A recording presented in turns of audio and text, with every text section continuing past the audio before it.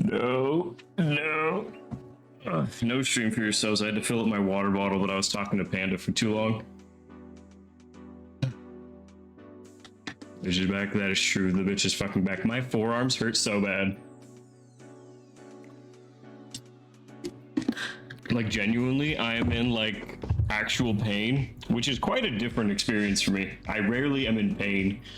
But like, holy shit, my fucking forearms hurt so bad. Dude.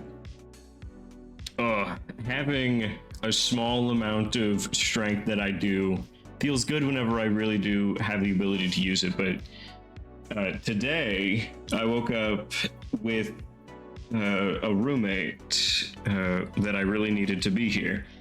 And I told him last night, hey man, we have one chore tomorrow.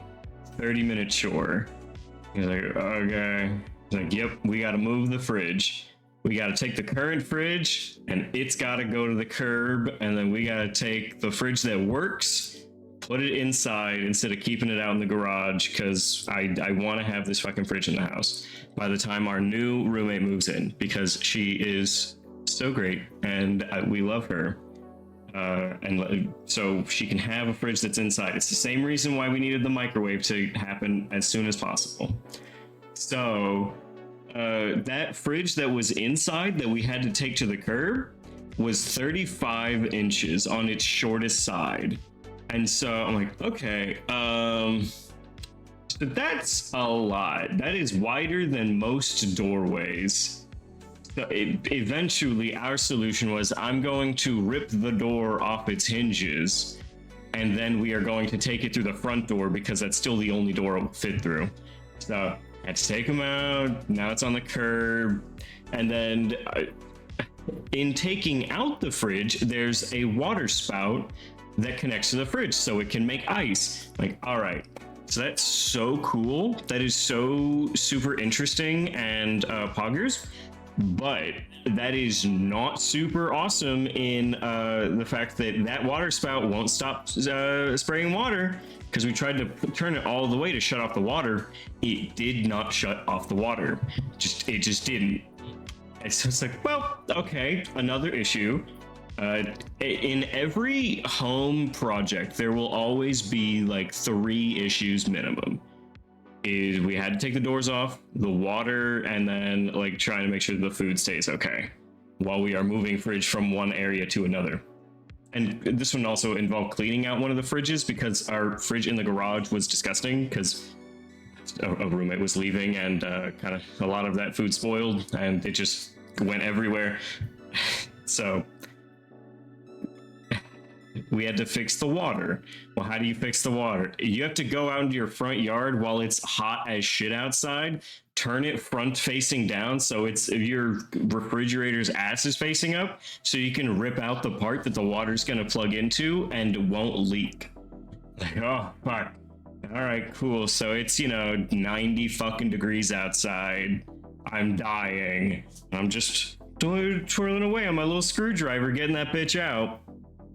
But I got it. I did my fridge surgery, got my little part out. It connected, but in doing so, like, it's in my sink. Like, I have where the fridge is, and I have this long ass cable going across my kitchen into my sink so it's not pouring everywhere. And this was like our 3rd solution, because we were filling up cups, but that didn't work. So we were filling up a mop bucket, but while that gave us more time, it didn't give us enough time. We're working on a timer here that we keep having to reset. So It's like, okay, solution number 3, I go out, get this part, and fingers crossed this shit works. Luckily it did, but like I'm trying to connect them and water's spraying everywhere. I'm just wearing this, and so I look at my roommate and I say, I hope you are okay with a small amount of male nudity. And he's like, male nudity? And I said, male nudity. He said, male nudity? I said, male nudity. And he's like, I mean, I guess, but okay, cool. So I take off my shirt, so now I'm in some shorts in the house, completely shirtless, as I'm just putting this shit on, twist the gold digger. Yeah, I'm just twisting this shit on as much as I can. It tightens with a bolt, so I need the right wrench for it. We did this earlier, and we were going through the wrenches. It was like, all right, try to like a 16. All right, we'll try out a 14. It's like, oh man, this shit just doesn't work. And so we get to the 13. And he's like, who the fuck uses a 13? Skip ahead to me now in the sink trying to tighten this. He's like, do you want a wrench? And I'm like, yeah, I guess it'll work. Motherfucker hands me a 14. I don't look at it because he said earlier, who the fuck uses a 13? And so I'm cranking it shut and it's like slipping constantly. And I get it almost, but I just can't. It's slipping too much near the end because it's just too tight. And I look at it like, motherfucker, I hate you. I hate you so much. Give me a 13. He's like, oh, it's a 13? I was like, bitch, you shouted it earlier that it's a 13. Yes, it's a 13. And so, oh, okay, there you go. So, son of a bitch. It tightens perfectly. It's not leaking anymore. I can put my shirt back on, which is great. That is that issue solved. We take the one from the garage, take it all the way around the house to the backyard. We didn't go through the front door because I was like, hey, if we go through the backyard, we got a water hose out there. We just take all this shit out. I spray that bitch down with the hose and we call it a fucking day. I don't have to worry about really getting down and cleaning this thing. I got it mostly clean. I put it at about a 90%, but the last 10% are still pretty gross. So tomorrow I'm going to have to go through and really clean the fridge anyways, but it's a lot easier than it was. So now I get that, and I get that amazing chore for tomorrow is cleaning out the fridge and mopping up the kitchen floors. But that really should be just about the end of all the stuff I have to do. So hopefully next week I'll have time to sit at my computer and play video games and I don't know, do something. So yeah, that was my day today. Finally, we installed the fridge. It did still work because, you know, for a second you're like, all right, well, it was working out in the garage. Did anything happen from when it was in the garage to when it's in like our kitchen now that fucked it up and it won't work anymore? And there was a minute where like it was completely silent and I'm like, oh no, I have now completely destroyed our old fridge and now destroyed the new one. I was like, I'm gonna give it a few minutes to start cooling itself down, and then 10 minutes later I put my ear right up to it and I hear that little hum. I'm like, that bitch is working. Woo! It's working and I am okay. And like for part 2. That's what all the fucking TikTokers do, right? Like for part 2. So yeah, that was me. And so after that, I was like, my roommate and I was like, you know what? It's Sunday. You don't have to work. You want to watch a movie? Because we love watching movies together. We enjoy watching movies together a lot. I enjoy watching movies with him. Maybe more because like I can't watch movies alone anymore like I used to because it's like he's not here. I don't have my bud here to like watch these movies with, and so it kind of like ruined watching movies alone. Made me sad. It makes me sad to do them. So it's like, hey, you're here. You want to watch a movie? Like, yes, we will watch a movie, and it felt good. But today, we watched 2 movies, and it was Shark Tale, which, and then we watched Galaxy Quest, which is a fine movie. I didn't like it as much as him. He enjoys that one a lot more than me, but I did enjoy it. It was a very good movie. Oh no, my headphone is dying. That's not good. Not Shark Tales? Yes, Shark Tales.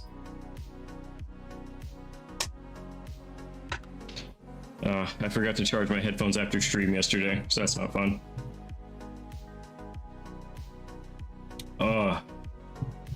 But my forearms hurt now from having to move the fridge. I will like to make it clear, just in case anyone ever watches a VOD later and is like, oh man, he wasn't fair to everyone, I was not the only one moving those fridges today. The big fridge from inside was mostly moved by the roommate, which was the heavier of the fridges, but the smaller one I did move quite a bit of. He moved it halfway to the backyard, I moved it the rest of the way overall. But fuck, that big one weighed like a vending machine. That shit was heavy as fuck. It was no joke. Alright, we're here and unmute Phoenix Wright Ace Attorney Trilogy.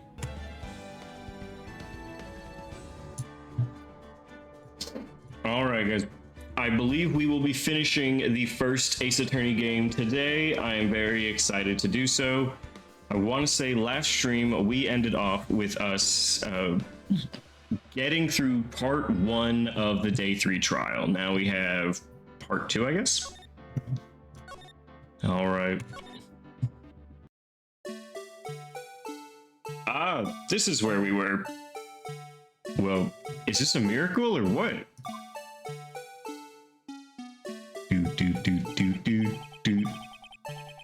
No one can possibly deny this jar's resemblance to the Blue Badger. No, it can't be. Order, order. The defense has proven its claim. The mysterious Blue Badger witness on the day of the crime was actually this. Although we all enjoyed Mr. Wright's dramatic performance, one question remains. What's your point? What do you mean? What do you mean I was right? I was correct. So that badger thing was actually just a jar? That doesn't change anything. I'm afraid that's where you're wrong, Mr. Edgeworth.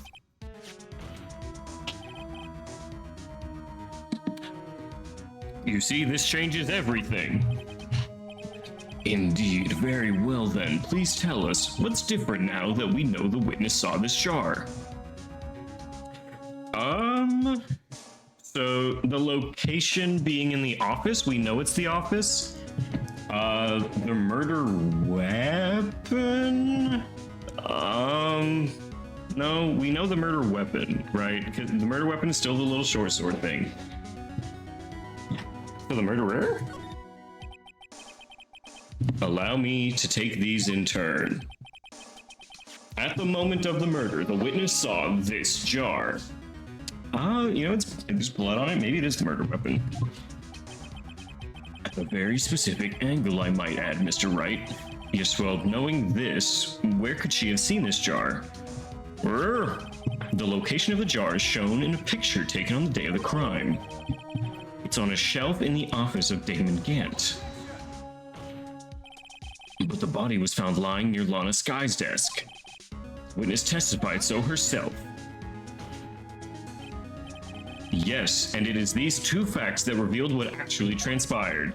You see, the struggle between Dark and Marshall did not take place in Lana Sky's office. It happened on the other side in the room in Chief Gant's office. Are you implying the murderer moved the victim's body? From Damon Gant's office to Lana Sky's office? Yes. Why would he do that? There's no reason. Exactly. Huh? If there wasn't a reason, he wouldn't have gone through the trouble. The only logical conclusion is that there was a reason. It's so weird when it's like, oh, so there was no reason to this. Exactly. It's exactly what, Phoenix? Exactly what, Nick? You know what the reason was, Mr. Wright? I finally figured it out. So this is like why Lana tried to stop the trial. It's too late to quit now, though. Please recall the witness's testimony. She said she knocked away the man who was holding up the knife. In the next instant, the jar was hit and flew through the air. Now tell me, what could have sent the jar flying? That would have had to been the impact the man made when he was knocked to the wall. Ladies and gentlemen, If I may draw your attention to this picture once more. If the man was knocked in the direction of the shelf the jar was sitting on, what would he have to hit? The spear! I feel like I'm in fucking Dora. La Exploradora! The spear!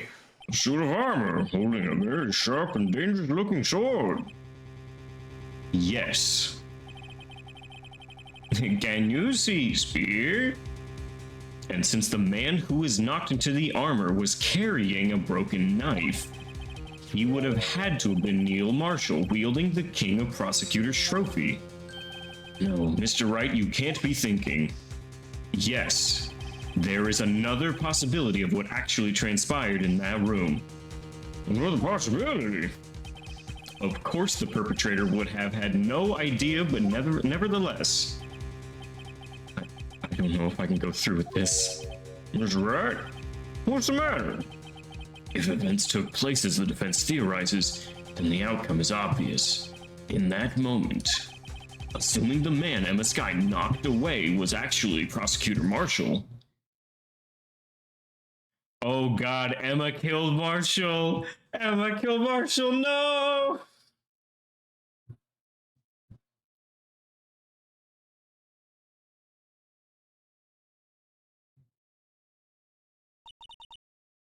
You mean Mr. Marshall died because of me? No! I know, Emma. What a sad and unfortunate situation we're all in. I never imagined her testimony would lead to this. Oh no, Emma, no! No! Oh, Emma.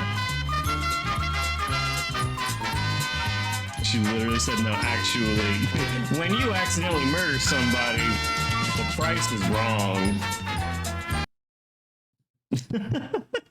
No! Dun, dun, dun, dun. You murdered somebody, girl! I never imagined her testimony would lead to this.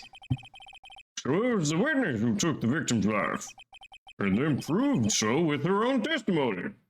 I can't believe she fucking confessed! This is unprecedented.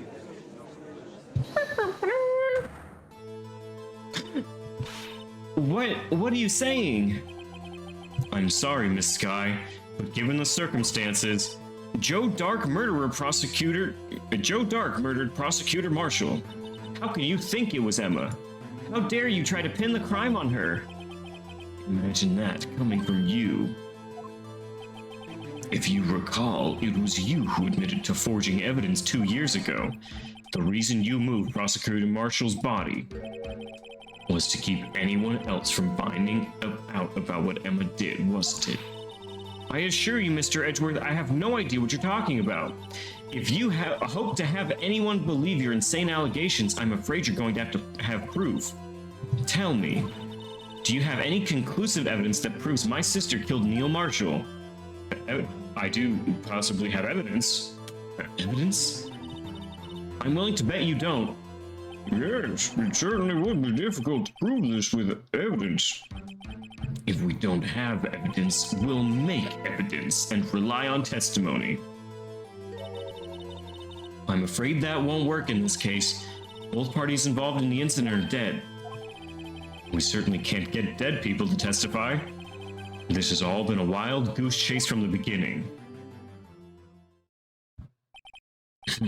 Touche, Miss Skye. Of course, that only leaves us with one possibility. Using a spirit medium. Oh, I'm not gonna do it again. I can't do it too many times. It'll lose its funny. You mean there's still another possibility? What do you mean, Mr. Edgeworth? I mean, the possibility that the victim has left us a message. For better or for worse, Mr. Marshall did not die instantly. Well, he may have left behind the name of the person who took his life. In one manner or another. That's impossible. Well, Mr. Wright, this is the only possibility left to you. Message from the deceased. Does such a message exist? Gotta think back to the court record. The real murderer's name that the victim may have left behind. The real murderer's name that the victim may have left behind. And this name is not available. You'll get it one of these days, improbable. This message from the deceased is already in our possession. Mr. Wright! Will you stop at nothing to prove my sister a murderer? Do not be mistaken, Miss Sky.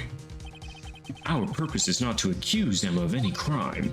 There's only one thing we seek, the truth. No matter how painful it may be. Now then, Mr. Wright, please show us a piece of evidence that conveys a message from the deceased. Okay.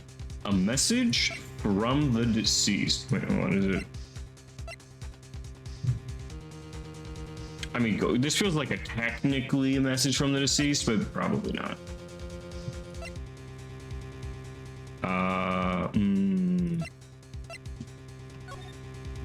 Perpetrator of dark, serial murder, death sentence. Edward Jones, Jason Knight, Kirby Rachel Moss, Jeb, and Marshall, head prosecutor Miles Edward, witnesses Lana Sky, Emma Sky. Damn, Lana Sky. Fuck, these are all just names. Okay, what has the perpetrator's name? Oh, he was trying to write down a name, perhaps?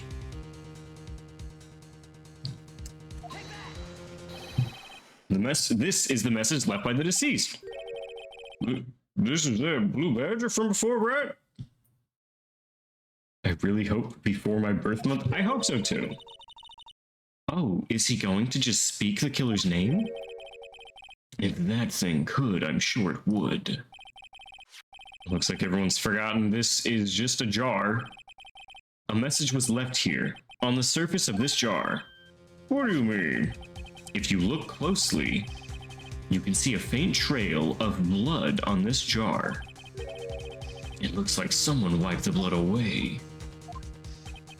Yes, but notice, for some reason the blood on some of the fragments was not wiped away. Yes, there's a line here drawn in blood.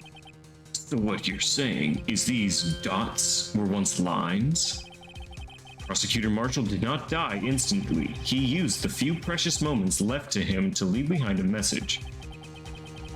One that someone apparently wiped away. Oh shit, it does say Emma. Oh, I hope not. But blood must have seeped into the jar where the lines changed directions. Precisely. So all we need to do is connect these points, and the victim's message will become apparent. No! Mr. Wright, what kind of message did the victim leave behind for us? Your Honor, I believe these bloodstains will reveal to us the answer. I've got to connect these dots to make letters. There's only one thing the victim would have written given the circumstances. His murderer's name. Ooh,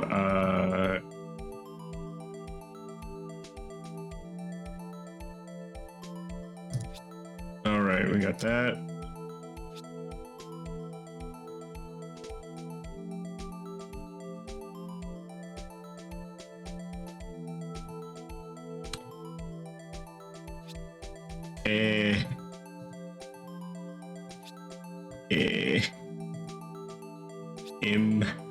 Oh.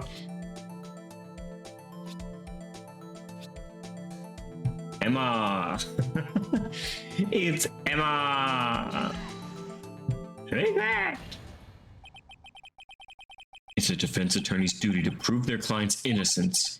That's why all I've been thinking about is saving Lana. After all my efforts, I never thought it would turn out like this. Emma! So this is the final message Prosecutor Marshall left behind?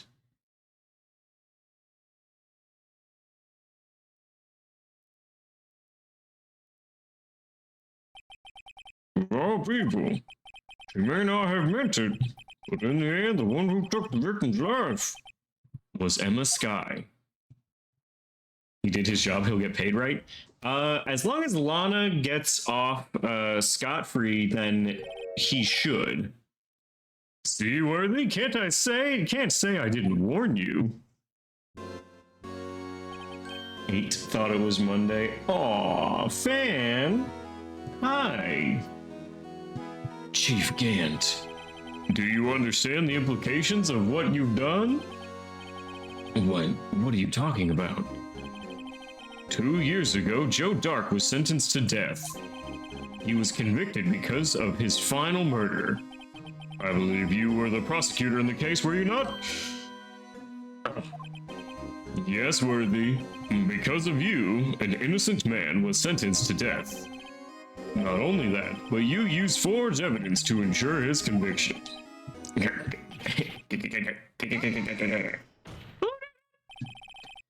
But Joe Dark really was a serial murderer, that's undeniable.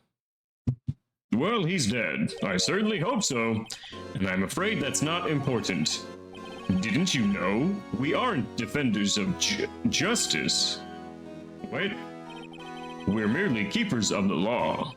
Sentencing a man to death is no light matter. Even if there wasn't any cover-up or evidence forgery. Gant's so big, Papa, even when telling you used false evidence in court. Look, he's just a dad. And also, it's not Papa, it's a father, because he's a man of God. Ultimately, the responsibility falls on the prosecutor in charge. Despite what anyone may say, the fact cannot be denied. What's going on at the prosecutor's office? How can he just stand there like it wasn't his fault? Order, order, order! Can't revive a dead man? Very true. The gavel's pounding fell on deaf ears. Unable to settle the crowd, the judge declared a recess. Where the trial is headed, no one knows. I'll give us a 30-minute recess. Whee! I'm gonna play on the playground. No, Phoenix, no. You have to stay here. You can't leave the courthouse. It'll admit defeat.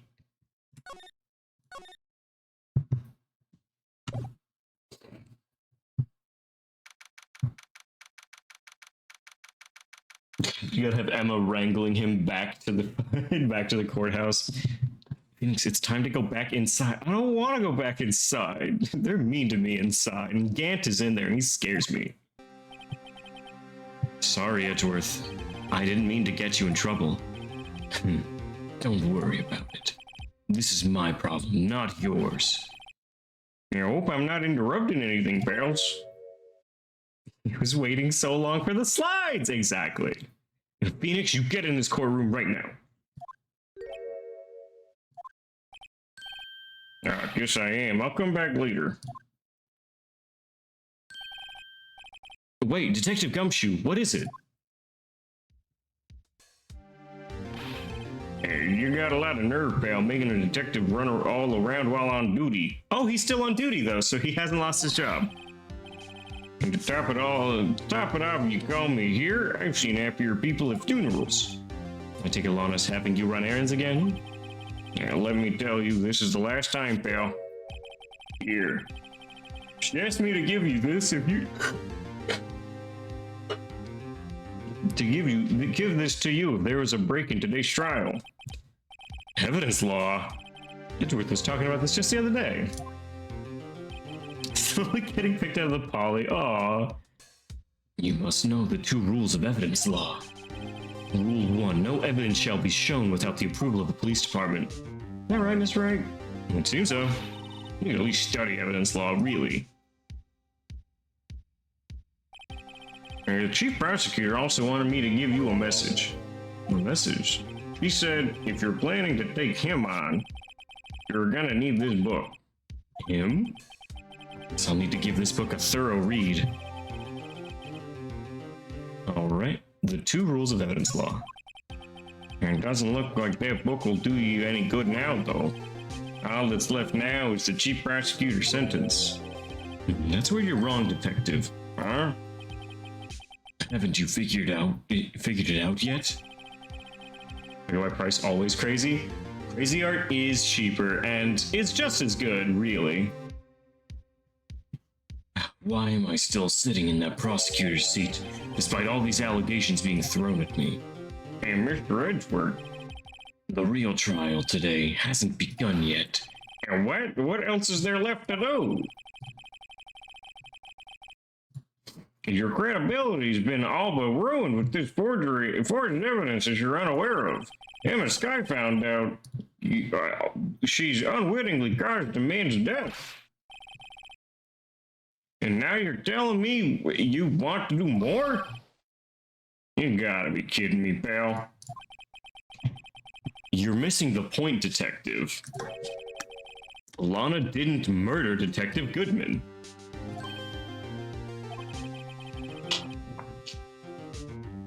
She merely stuck a knife into his dead body. Okay, I know that this isn't really what we're here for. That is still desecrating a corpse, which is still illegal. That means the real killer is still out there. What? And we're gonna expose him, no matter what it takes. This case has hurt too many people. It's time to bring it to an end.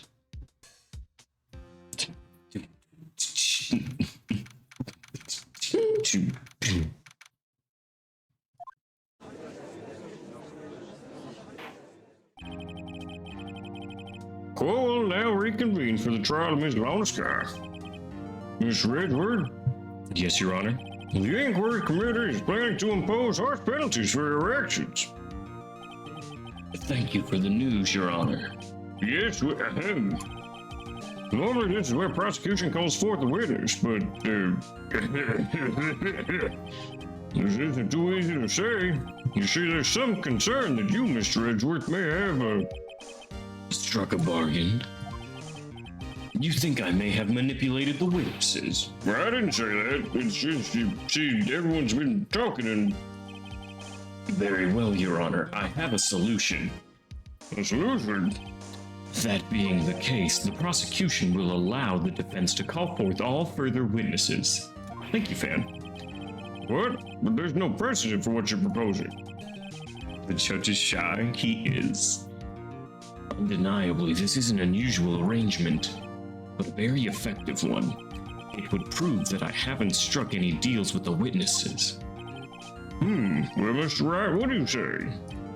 Unbelievable. Edgeworth has found a way to continue the trial. Very well, the defense accepts the prosecution's proposal. Then it's settled. The defense may now call forth the next witness. Mr. Wright, you do realize this is your last chance. If you call the wrong witness, this trial is as good as over. But the defense calls, I've finally come to bring out the real murderer.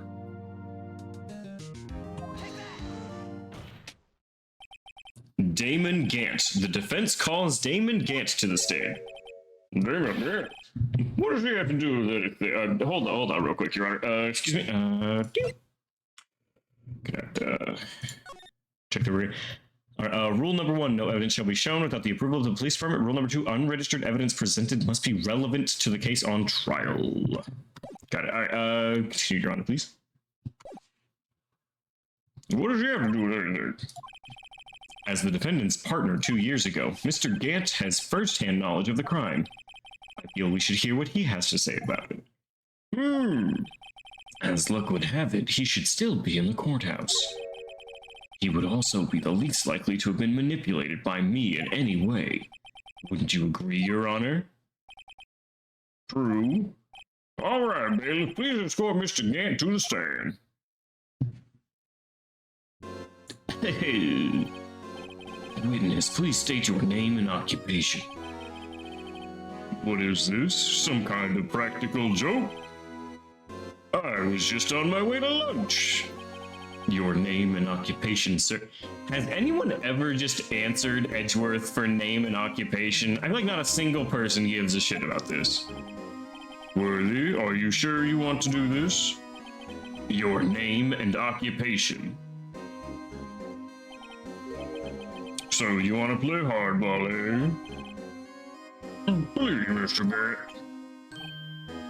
Fine. My name is Damon Gant. I'm acting chief of police. Now then, Chief Gant, the court requests to hear your testimony. Oh, righto. What's with the grim face? First, let's clear up this SL9 incident. Oh, you mean that time when Lana's sister murdered that prosecutor? He knew! Personally, I think it's been made pretty clear already. There are still some things unaccounted for. Oh, like what? Like the role you played in all of this. Either you're very brave or very foolish. You are aware, of course, that the police chief has all kinds of weapons at his disposal. Weapons? Sure, take my testimony for example. I don't have to give it if I don't want to. What? Is that true? I'm afraid so. Chief of Police has the right to refuse to testify. Of course, such an action carries with it certain risk. Don't worry, I'm not here to hinder your trial. He played top, he played priest? Do what? First of all, this man is a bottom if I've ever seen one. But yes, he is giving priest. Just remember, if this turns out to be a big waste of time, don't say I didn't warn you. That's a bottom of the court? Absolutely. Look, twinks are tops. These big men are absolute bottoms. It always happens. A power bottom, if you will? Well, yeah. Very well, the witness may now begin his testimony.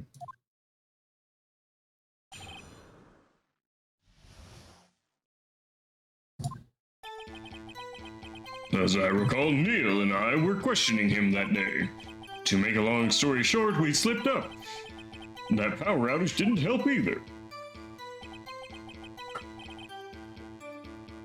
When I went to my office, I found Lana there. Apparently she had already arranged the crime scene. As you can see, I had nothing to do with the forgery.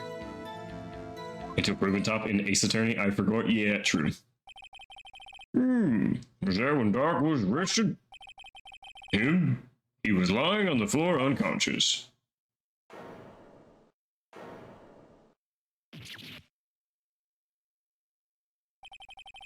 When Emma sent Neil flying, it seems Dark bumped his head.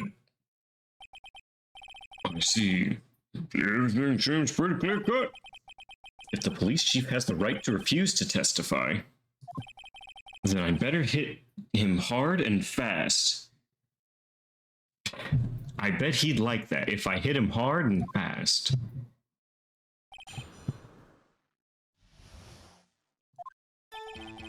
As I recall, Neil and I were questioning him that day. To make a long story short, we slipped up. That power... Okay, so explain slipped up to me. So the two of you... So the two of you ran after him, right? That's right, but Dark made it to the elevator first. Neil and I split up. He went upstairs, and I went downstairs, I guess you could say. He got lucky. What's this about a power outage? Oh, that. The elevator stopped all of a sudden, and I got the shock of my life. Well, probably not as shocked as Neil when that knife went into his heart. That's not funny. When I went to my office, I found Lana there. Could you tell us what you saw? It was a shocking sight. Neil and that serial killer were lying in a heap on the floor, all tangled together. Dark was also lying collapsed on the floor. Yes, apparently he hit his head and was knocked out. Next to them were those two poor girls. Lana and Emma. Lana was cradling Emma in her arms. Looking back at it now, she must have already known what her sister had done. Apparently she had already arranged the crimes. Okay, you're giving me some sus words here. How can you know that? Because of the victim's body. It had already been moved. So that means you found the body near Lana's desk? That's right. I think you said earlier, it was my suit of armor that really stabbed her. The characters in progressive commercials are so enthusiastic, I love them. Yeah, but like you can see the dog fighting in their eyes. That's the really unfortunate thing, is like you know that underneath all of that happiness, it's evil. But anyway, as you can see, I had nothing to do with the forgery. So you're saying that the forgery had already taken place by the time you arrived in your office? That's exactly what I'm saying. I can understand how Lana must have felt, but moving a body and hiding evidence are inexcusable no matter what circumstances. Is that how it really went down? Staring at the witness won't do you any good, Mr. Wright. If you're going to stare at anything, you'd better stare at these big cheeks. Worthy, always the smooth talker. Which piece of evidence ties Gant to the forgery? Lana did admit to forging evidence, but that can't be the whole truth. So I've got to link him to the incident. Okay, so I believe that means that we are going to go... Okay, I had nothing to do with the forgery, so it's probably going to be here. So what connects Gant here? On the desk, knife tip with the lung wound.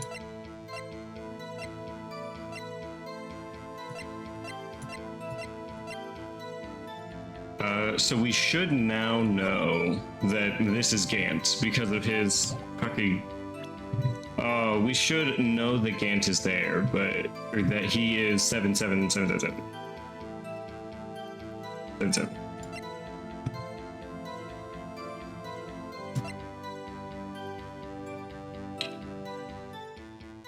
Let's throw the picture.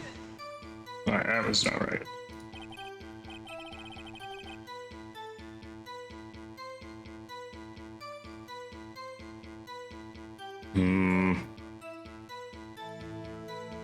Your Honor, this statement contradicts it.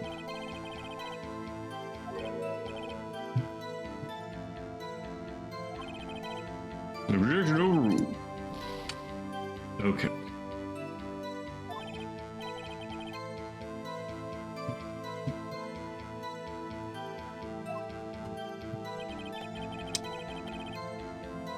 Okay. I had nothing to do with the forgery.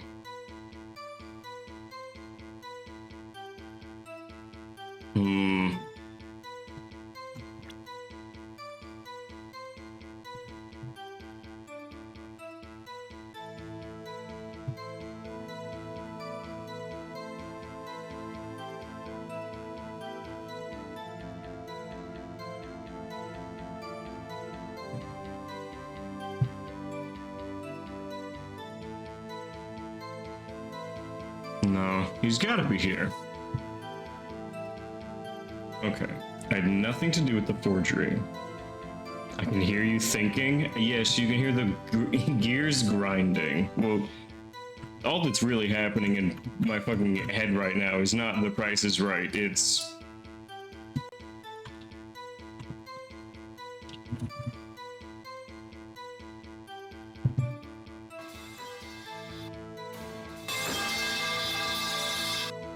It's just that right now. Yeah. Okay, I had nothing to do with the forgery. It's not this. We have a sound for this? Oh, do you want to give me the aneurysm?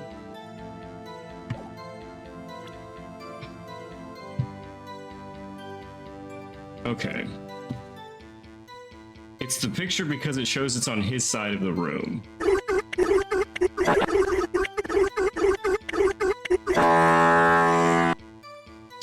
Thank you, Improbable. Okay.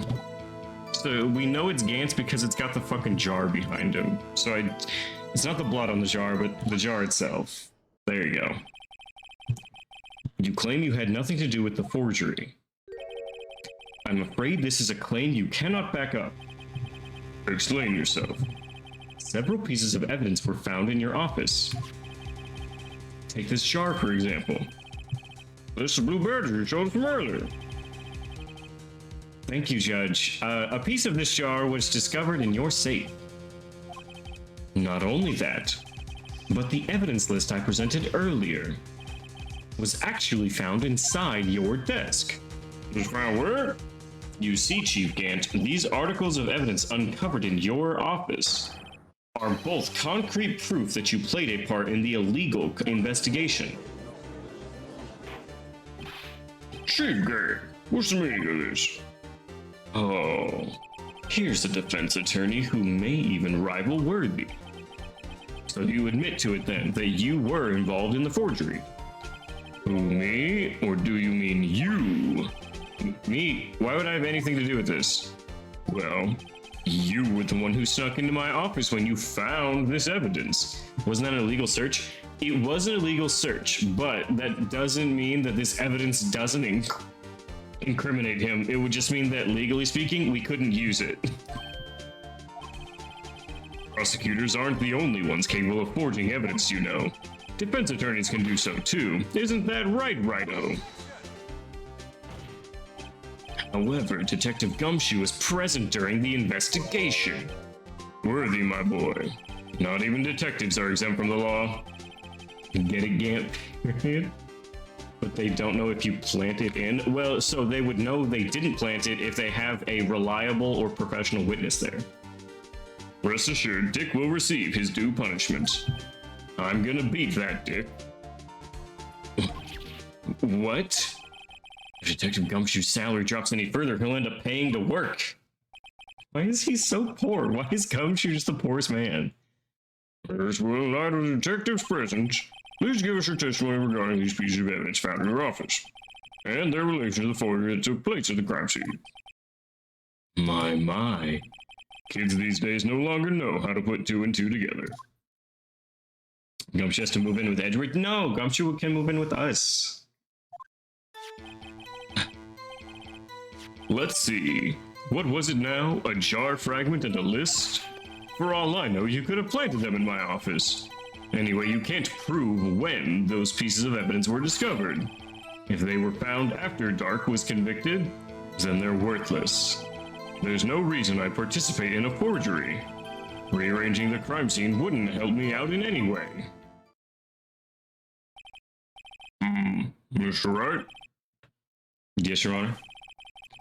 When investigating the crime scene, you should have been more careful to observe protocol. You do understand that I am the chief of police, right? There will be consequences. Oh, indeed, I believe I will press charges so you won't make the same mistake again. My apologies, Chief, but would you mind waiting until tomorrow for that? Today's, well, you know. All right, Uchi, in return, though. I know that place, right? Huh? What are these guys, telepathic? No, they're just old. They both want to go play bingo. For all I know, you could have planted them in my office. You can't prove when those pieces of evidence were discovered. If they were found after Dark was convicted, then they're worthless, and there's no reason I'd participate in forgery. Oh, wait, no reason. Is Scum visiting Edge at his house to live, or help take care of puppies, or to clean the pool? I mean, yeah, Gumshoe, like, going to Edward's house and just, like, being there is very cute. I don't know why, but it is. How can you look me in the eye and say that? Because I'm innocent. Remember? Who was it that murdered Neil?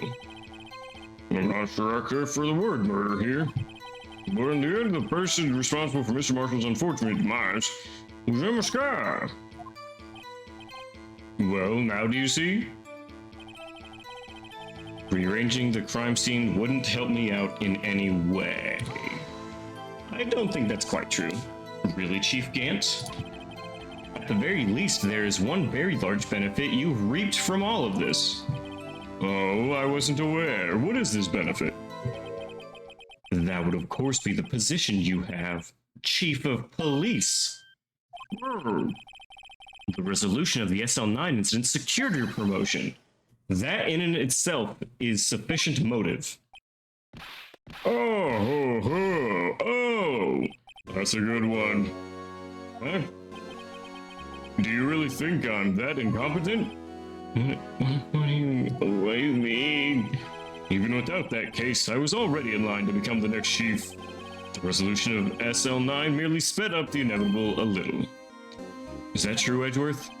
Yes, he was going to be made chief anyway. Edgeworth, why didn't you tell me that before? Be careful when pointing that finger, or you might wind up being the one pointed at. That one mafia baddie law. Gant, what makes you think that you can just murder needlessly whenever you feel like it?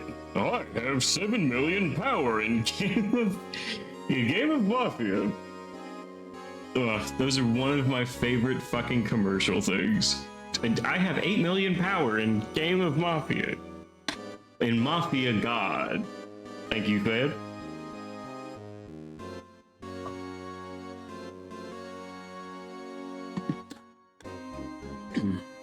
So that means there's only one possible motivation for you to commit forgery. If you didn't do it for yourself, then you did it for someone else.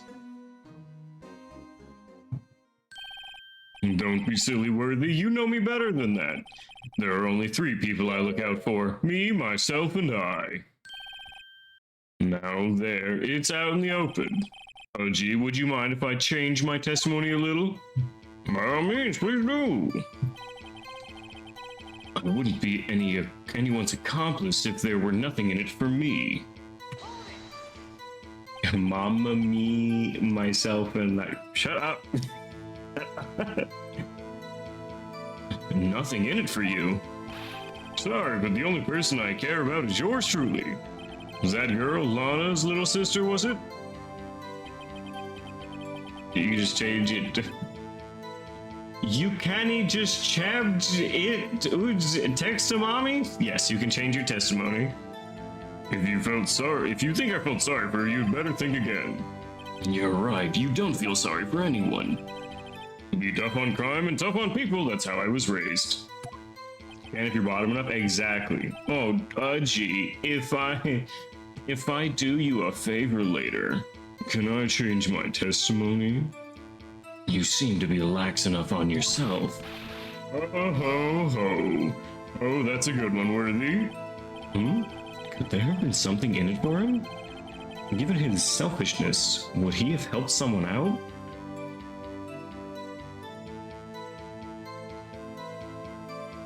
Point out accomplice. True, you might not help out anyone for their sake. But if it would benefit you, you might decide to assist someone. Miss Wright, it appears you're positively determined to betray the chief. As a nice man who likes to lend people a hand. That's not what I mean. Very well then. Who is this person you believe Chief Gantz may have helped forge evidence? Well, they shared an office, which makes me feel like it's Alana, right? Because it's like, okay, I'll help you become chief prosecutor, and then I will become chief of police, and we'll own this town. And then she owes him, right? So it just makes his job easier. I think because Lana would owe him. Chief prosecutor on the sky, the defendant. I believe it's quite obvious in light of the circumstances. Emma Skye fell victim to an unfortunate series of events. Who would want to help her more than her own sister Lana? And as for Chief Gant, he would also have a reason to help Lana if she asked him to. The reason, of course, is self-profit. Self-profit? What do you mean? After the SL9 incident was resolved, Lana Skye was appointed chief prosecutor at the prosecutor's office. The person who arranged this job change was you, Chief Gant. But how would he profit at all from this? He would be able to use the chief prosecutor as his puppet. Essentially, he would acquire unchecked authority over all investigations. You mean to tell me that despite the chief's formidable appearance, he plays with puppets? Oh wait! You must mean puppet as in someone forced to do his bit. Never mind. Admit it, Chief. You assisted Lana Skye in forging evidence. Your motive to appoint her as chief prosecutor so you could control her. Righto, my boy, you have quite an imagination. Let me ask you something. Could you imagine us fucking later? Give me detail. What? Do you have any proof of this, that I controlled Lana? For example, is Lana testifying I've done such a thing? Lana? She's keeping quiet to protect Emma. There's no way she'd testify against him. I'm afraid that ain't proof. This all amounts to nothing more than mere conjecture. Unless that is also what happened in this incident. This incident? Which would that be? Of course, I'm talking about the murder of Detective Bruce Goodman. The thing we're all here for? The chief prosecutor's been acting strange throughout this entire trial. Almost as if someone has been controlling her. Worthy, you'd better watch your tongue. I wouldn't want you to get hurt. What do you mean by it? Just what do you mean? What he means, Your Honor, is that Chief Gant is involved in the murder of Detective Goodman. Not only that, but the Chief is now making Lana take the rap to cover up his involvement. What? What?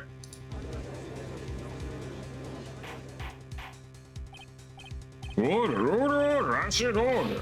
Mr. Wright, you can't be serious. Huh? This is an affront to the highest rank of the officer in our law enforcement agency. To accuse Chief of Police of blackmail and murder? That is impossible. Or... Your Honor, I was merely reiterating that what Mr. Edgeworth said in easier to understand language. I never said that. It's too late, Mr. Wright. There's no turning back for us now. It looks like he's the one who's decided to go through with this. Can you prove this, Mr. Wright? That the chief, high-ranking officer of the law was involved in this murder? Good question. Regardless of his rank or title, Chief Gant is just a man. The question is he a criminal? I believe the evidence will tell. I see. All right, then. Let's see what Mr. Wright's got, and it better be good. Show us the evidence that ties Chief Gant to the murder of Detective Goodman. Okay, something that ties Gant to the murder. Found in Gant's safe. There's Emma's. Okay, it's gotta be this, right? Found in his safe. It's evidence for something, and it bears Emma's prints. It has to be the cloth. Well, Chief, so long as Righto here is tossing out things regardless of their relevance, mind if I toss something too, Wudgy? This shoe should do nicely. I'll chuck it right at you. Well, you were the Joker, weren't you? Looks like I got it wrong. Don't oops me, maybe this boot to the head will knock sense into you. I know it's hard with all that's going on during this trial. But try to think back to what happened in that evidence from 4 days ago. Now that you mentioned it, we did find something during yesterday's investigation. Something that proved Gant entered that room. Well, looks like he wants another one of your boots, Udgy. I see. All right, then. Let's see what Mr. Wright got. It better be good. Show us the evidence that ties him to the murder. The unstable jar? Final fragment found in Chief Gant's safe? We'll try this one out before we start safes coming. Well, Chief? Ah, okay, that was not it.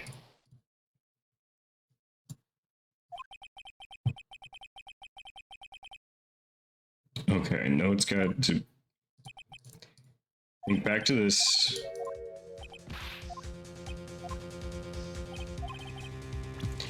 Go ahead and save.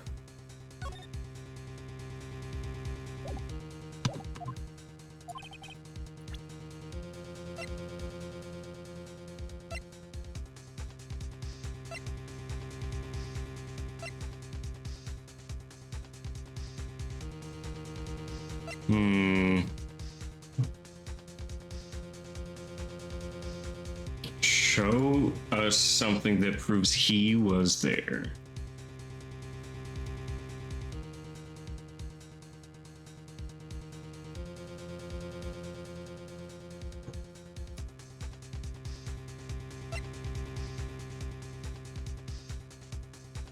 This doesn't change it. Wait, this is for the fucking place though. Wait, he was in that place, and we know that the sevens are him.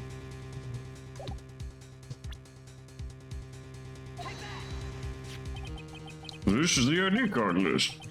Yes, the one that shows who entered the evidence room. Okay, yeah, this is back from the evidence room. On the day of the crime.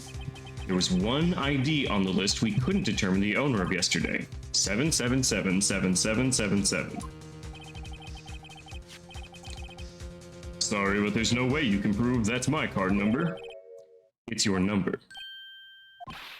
What? I didn't know that. The Safe and Chief's Gant office requires a code to open. A 7-digit code. 7 digits? You don't mean... I'm afraid so, Your Honor. The code was 7777777. The same as the remaining ID card number on this list. There's no proof. No, exactly. Chief Gant, you entered the evidence room on the day of the crime. Order, order. Chief Gant, what do you have to say?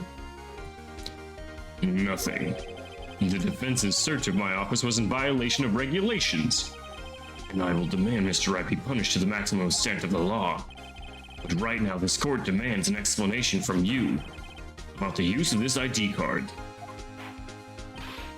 Chief Garrett, so you admit it. You entered the evidence room on the day of the crime? What about it? I'm chief of police. Whether it's the evidence room or the bathroom, what's the difference? I can go anywhere I want. Tell me, when you entered the room, were you alone? I always go to the bathroom alone, as I do at the evidence room. Detective Goodman wouldn't have happened to be with you that day, would he? Of course not. Why would he be? I hadn't seen him in days. You hadn't seen him in days, Chief Gant? I'm afraid you've just undone yourself. On that day, you had to have met with Detective Goodman. It was funny, this, you can't prove it's my number, it's your number, surprise. Fucking surprise Pikachu, it's your number. What do you mean? This trial's purpose is to determine honest guy's guilt. No, it isn't, Your Honor. This trial's purpose is to determine the truth. If Chief Gant met the victim on the day of the crime, then we need to determine one thing. What transpired during that meeting? In that case, Mr. Wright, I'm gonna have to ask you for evidence. Shows proof the victim went to meet Chief Gant on the day of the crime. Video from security room placed in the evidence room. I don't think it's that. Stab in the back, died from a puncture. Oh wait, these fragments were found. Oh no. Ooh, only the assigned detective's prints can unlock it? There's a lot of things that it could be right now. Jason rubber glove. Evidence from past brought back to his office by Gant's request. Evidence from a past case of Edgeworth's. The ID report card, switchblade knife. On the crime scene, I don't think it's that. I feel like it's the jar or the screwdriver. There's the bathroom in the evidence room. No, I didn't pee in the evidence room. No, you peed in the evidence room.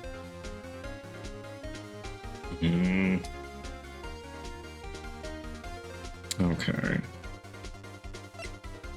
Evidence. Files for the Joe Doc killings. Oh, 2 years ago.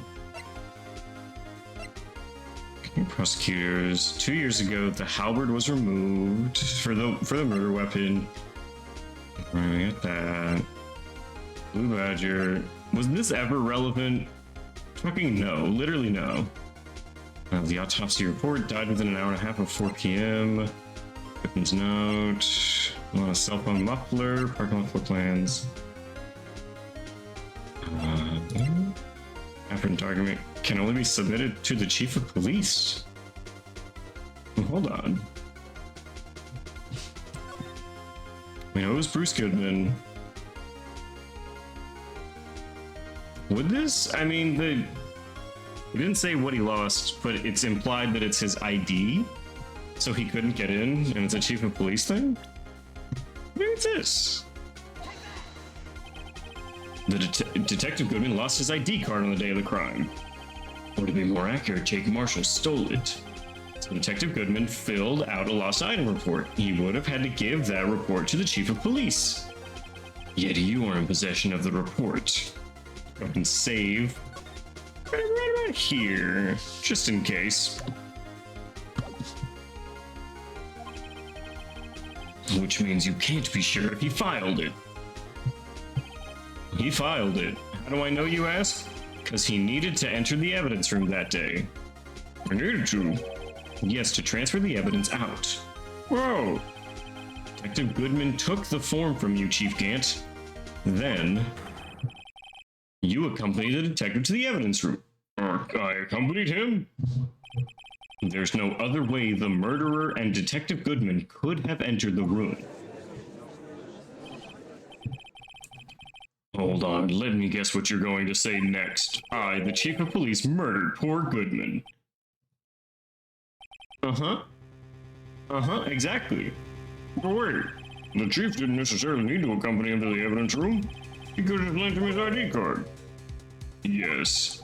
Now that you mention it, I believe I might have done something of it. Sorry, but that's not possible. We are both attacking him. Edgeworth is not on his side here. We are both attacking him. According to the record, your card was only used once. Yet you showed us your ID card earlier. If you had really lent it to Detective Goodman, it would have been found on his body. No. Wow. Man got struck by lightning. No.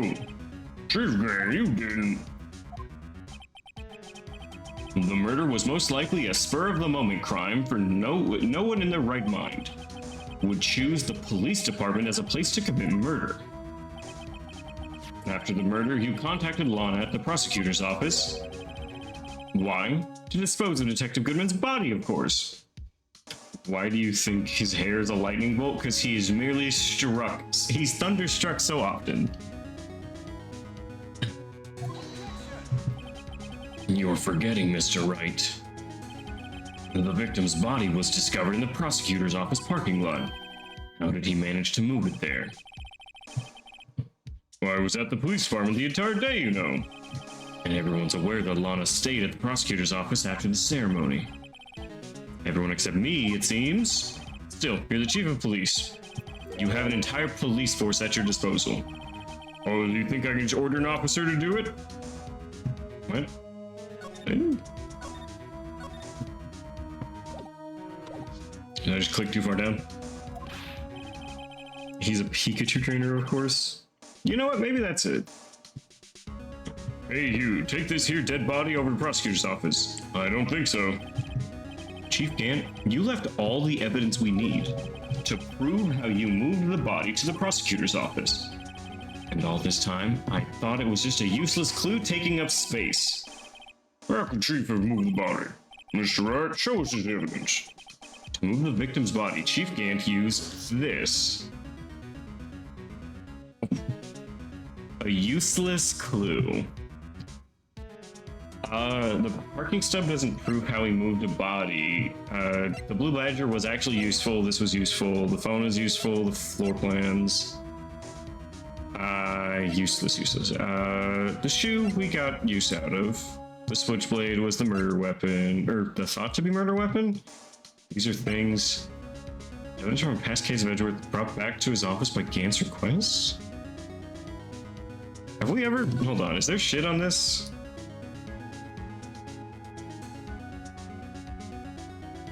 No, it's just a random fucking thing. Is it this?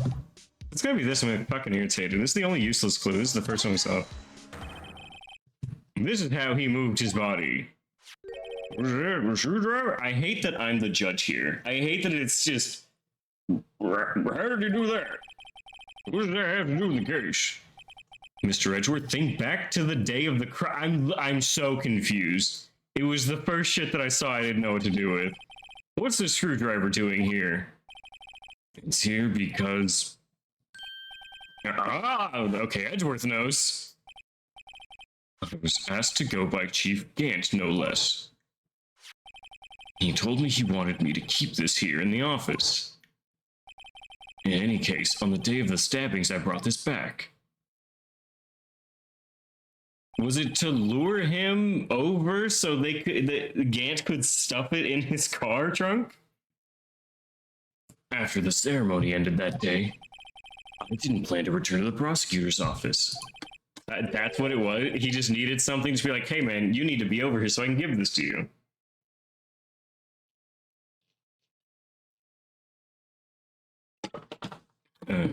You did it because Chief Gant asked you to.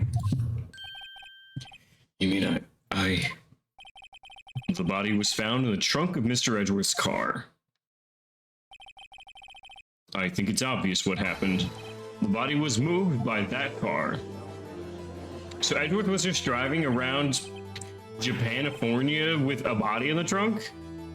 Detective Goodman's body was carried in the trunk of Mr. Edgeworth's car? Yes, unless of course you have another explanation, Chief. Why else would you have asked Mr. Edgeworth to transport evidence from a closed case? There's only one plausible explanation. To transport the body of your accomplice, Miss Lana Skye. What? To transport the body of the accomplice? What's going on here? Is there no room for rebuttal in the defense's outrageous accusations? Think back to the photograph Miss Starr took at the prosecutor's office. That was not a photo of the body being stuffed into the trunk to be taken away. It was the opposite. It's a photo of the body being taken from the trunk. Chief Gant, please say something. I believe your time's up. Your time's up? Sorry, Rido, but I'm having lunch with the District Attorney General after this. You'll have to get going if we're to make it in time for the early bird special. But the cross-examination isn't done. Remember what I told you earlier. A police chief has all kinds of weapons at his disposal. Weapons. Looks like the right to refuse to testify. I'm invoking that right now. But we were just getting somewhere. Nah, we were not. Well, that is not a right to be casually invoked. There are certain risks to be considered. So you're going to just run away after all this? Run away? Don't make me laugh, Worthy. I stabbed old Goodman. That's what you're saying, right? But if you had any conclusive evidence, you would have presented it by now. So you a bitch, and you running away like a bitch do. Well, you think I had Lana dispose of the body? If so, show your proof and get it over with. I'll say it again, Mr. Wright. Damon Gant is the current chief of police. This court will not tolerate any accusations against him without concrete proof. Well, Mr. Wright, Your Honor, do you have any concrete proof? Proof that Chief Gant murdered Detective Goodman and made Miss Skye dispose of his body? I have any concrete proof? Do we have anything?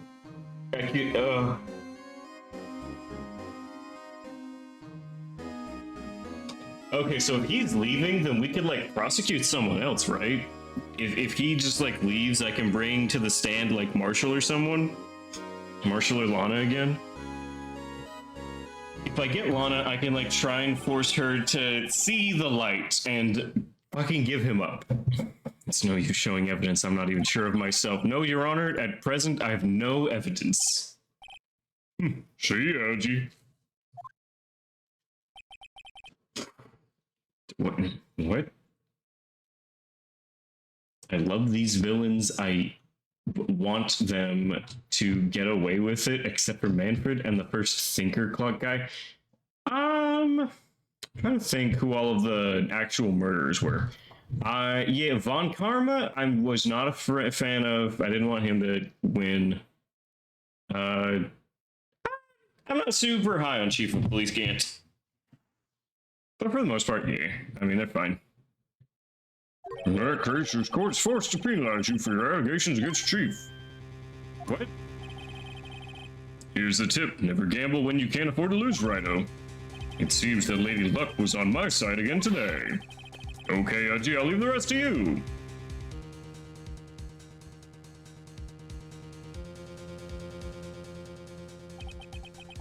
I warned you earlier, Mr. Wright. This is an affront to a senior officer at our nation's law enforcement agency. What?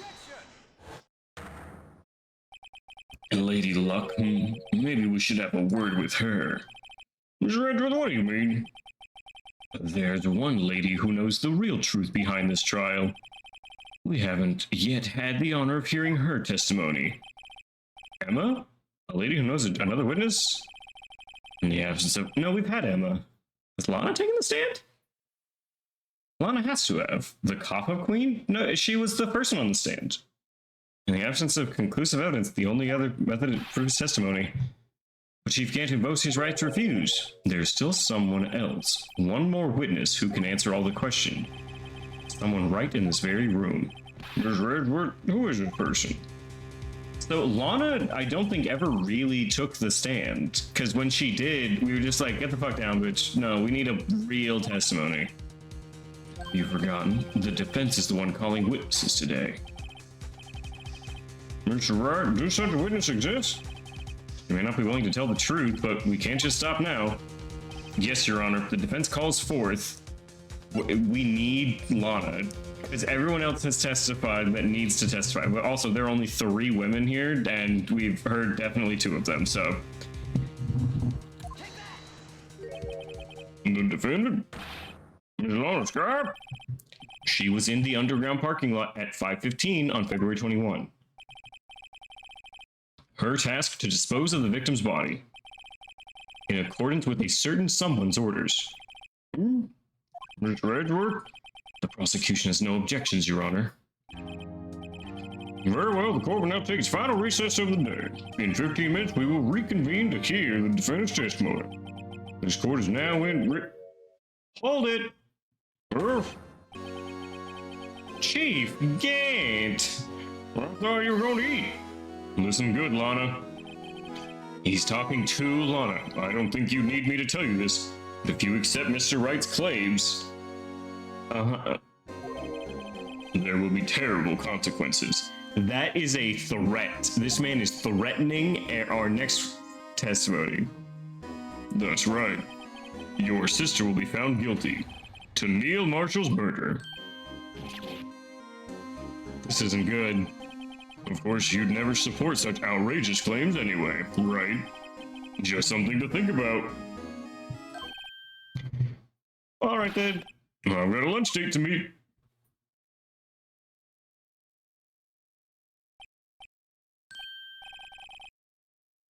Oh god, he was doing the face. He was doing the eyeball lips eyeball face that I fucking hate. Judge was doing the face. Who's the date? The Attorney General. Okay, if there aren't any further objections, this court's now in recess. It's 2 o'clock. Who's that? I don't know. The Attorney General is like an attorney that resides over all attorneys in the state. He's like the biggest attorney because he eats the smaller attorneys. Looks like we managed to stay in the game. Yeah, thanks to your help, Edgeworth. Thanks, Edgy. That chief be something else, eh, pals?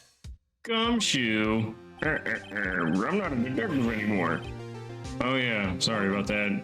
Don't worry, I've already decided where to work now. The first one. In your office. My office? Grr. I'll take the place of that top-knotted girl you used to work with. Do you mean Maya? Is Gumshoe just Maya? It still looks like we're all out of move now. Chief Gant's done it again. How does he always get the upper hand? It's not fair. He has the right to refuse to testify. Settle down, Wright. All just boyfriends of Capo Queen? True. We're all boyfriends in the great poly relationship that is life. Remember what the judge said. The chief, there's not a right to casually be invoked. There are risks to be considered. Risks? What do you mean by that? It's simple. If the chief refuses to testify, the opposite also holds true. You mean he forfeits his right to say anything too? Emma! Are you okay? Yeah, when I came to, I was in the medical office. I've been listening to the trial from the gallery. Oh, so she heard everything. She's heard everything. Emma, I'm sorry for what I said before. Don't be. It was the truth. You know, it's funny. I almost feel somehow relieved. Relieved? Yeah, now I finally know what really happened. To think that all this time, my sister was being blackmailed by that terrible man. And she did it all just to protect me. Ever since her appointment as chief prosecutor, everyone who knew her said she changed. Perhaps it was easier that way for her. What do you mean? What do you think I mean? To follow Chief Gant's orders, she must have shut herself up deep inside to force herself to do anything and everything the chief told her to do. Well, that must be why she became so cold. Up there. It was all my fault. All my fault. It's all because I murdered Mr. Marshall. Hey, don't go blaming yourself now. You just murdered a guy. That's not a big deal. You want to blame anyone, blame society, pal. Society. Can I get Gumshoe's fucking Joker arc? I love my shirt. Your point. Yeah, I don't. Oh, I watched Shark Tale today. I got to see the shrimp voice in action. And I'm very sorry. My sister had a baby, and I took that baby. Chief Gant may be able to fool everyone else with his forgery, but we can't fool my memory. I remember now. I knocked Mr. Marshall into that armor. I see. Well, we better go back. It's time for the final act. Emma, why don't you wait? No, I'm going with you. I want to be there when Lana tells the truth. Let's go, Wright. It's time to end this.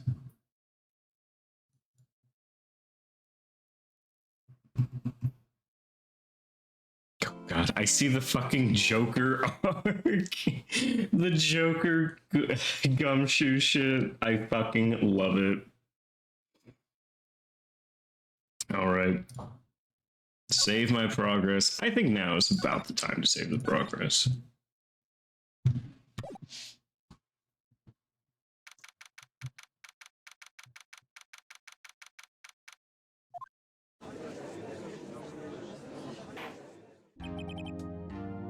Now then, will the defendant, Miss Lana Sky, please take the stand?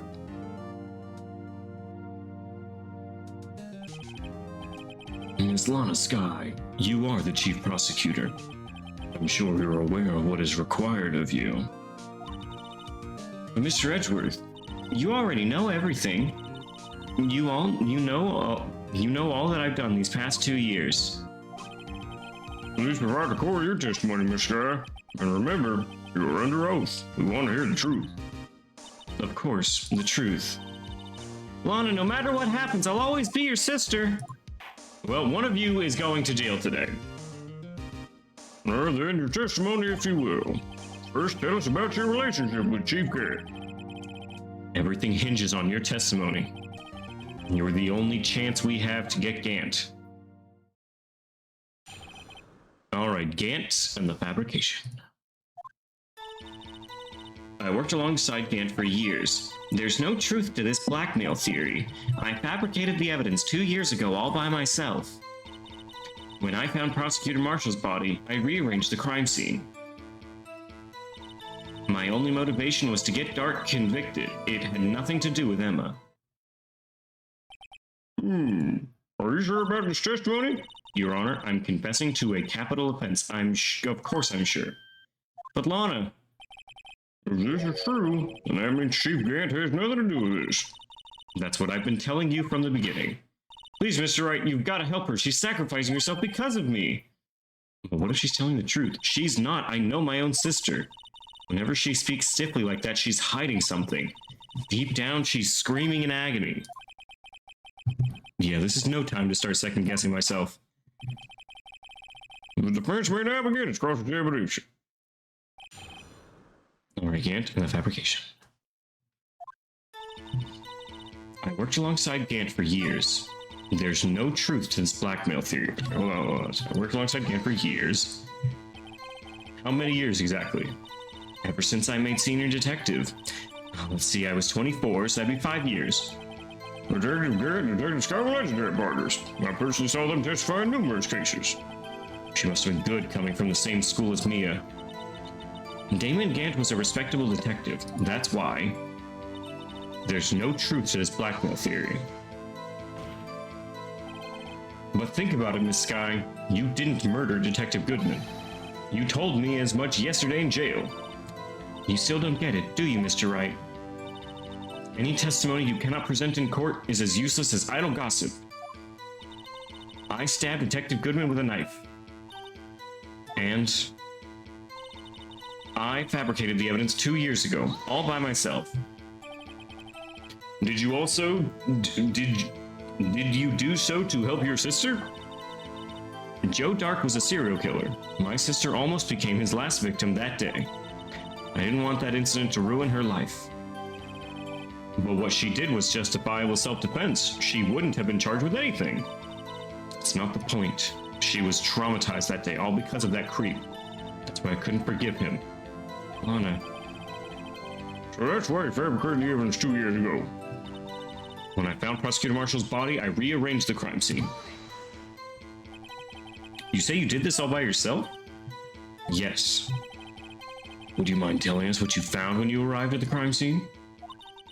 It seems I was the first person to discover the scene. The broken prosecutor award knife was stuck in the victim's body. What? But Prosecutor Marshall died from an unfortunate accident. That's only a situation you dreamed was possible. The reality is, it wasn't my sister who took the prosecutor's life. Fantasize all you want, Mr. Wright, but I'll never change this statement. You mean Prosecutor Marshall wound up being killed by Dark? Something like that. If that is so, what happened to the other murder weapon? Dark was carrying a switchblade. Oh, that was lying on the floor a little distance away. It was probably knocked away in the struggle. That's not how it went down. She's trying to cover up her lies with more lies. All just to protect me. So when you found the scene like this, what did you do? After all, this is what everything boils down to. Yes. I broke off the tip of Dark's knife, planted in the wound, and moved the body. You planted the tip of Dark's knife? And they're moving the body. But why? Why would you do that? You of all people should know, Edgeworth. You've always had a good head on your shoulders. My head isn't that bad, but maybe I ought to ask for the sake of the others. Why did you plant the knife? Why did you move the body? Both are reasonable. Okay, why did you move the body?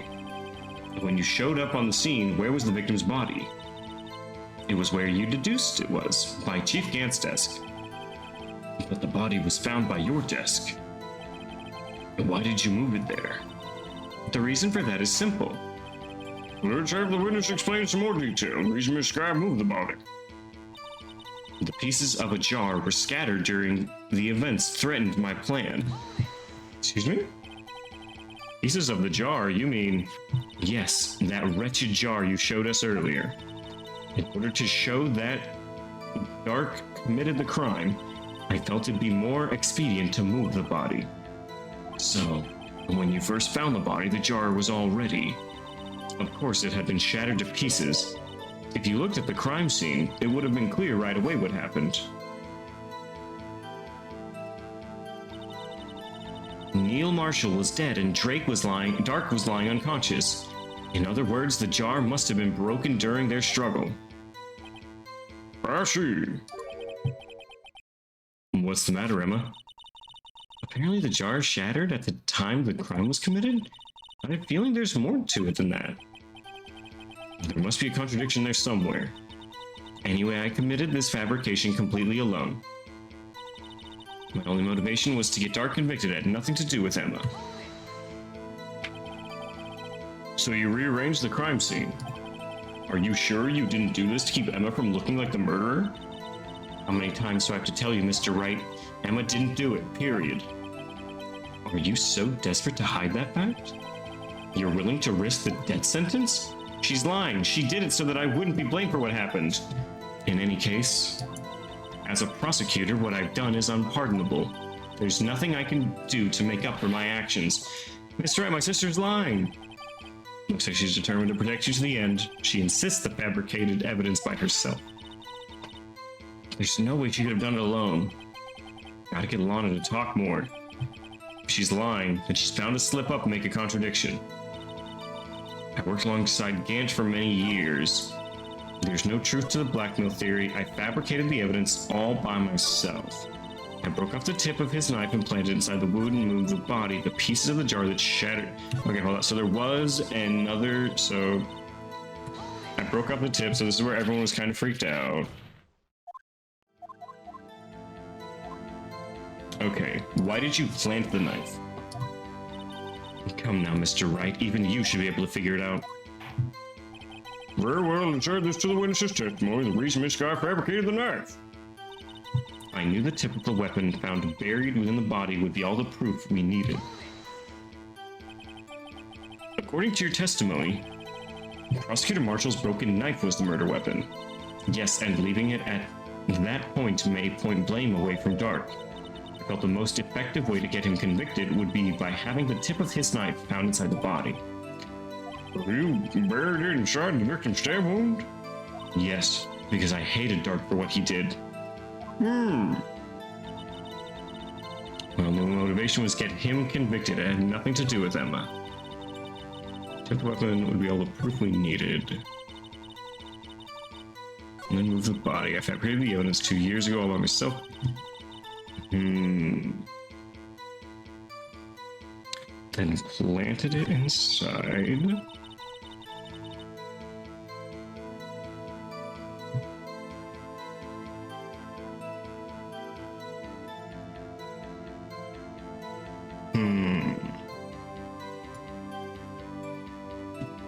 Don't think this is right.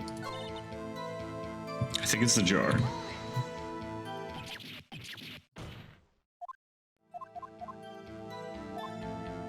Okay, why did you move the body?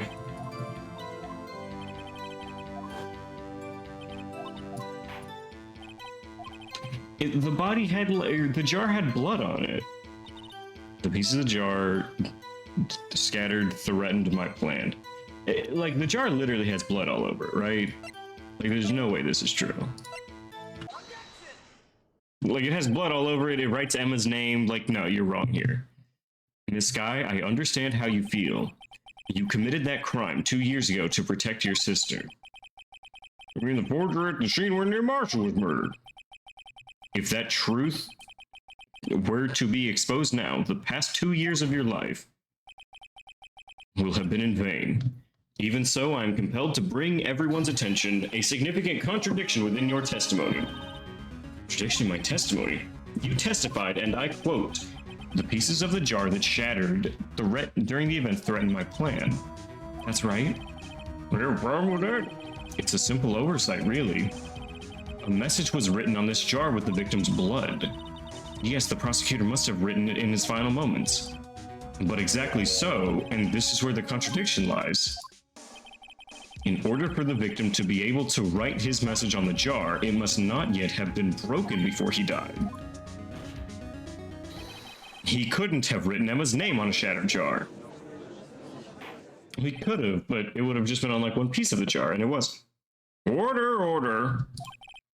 Your Honor, it would appear more information is needed regarding to this message and this jar and its bloody message.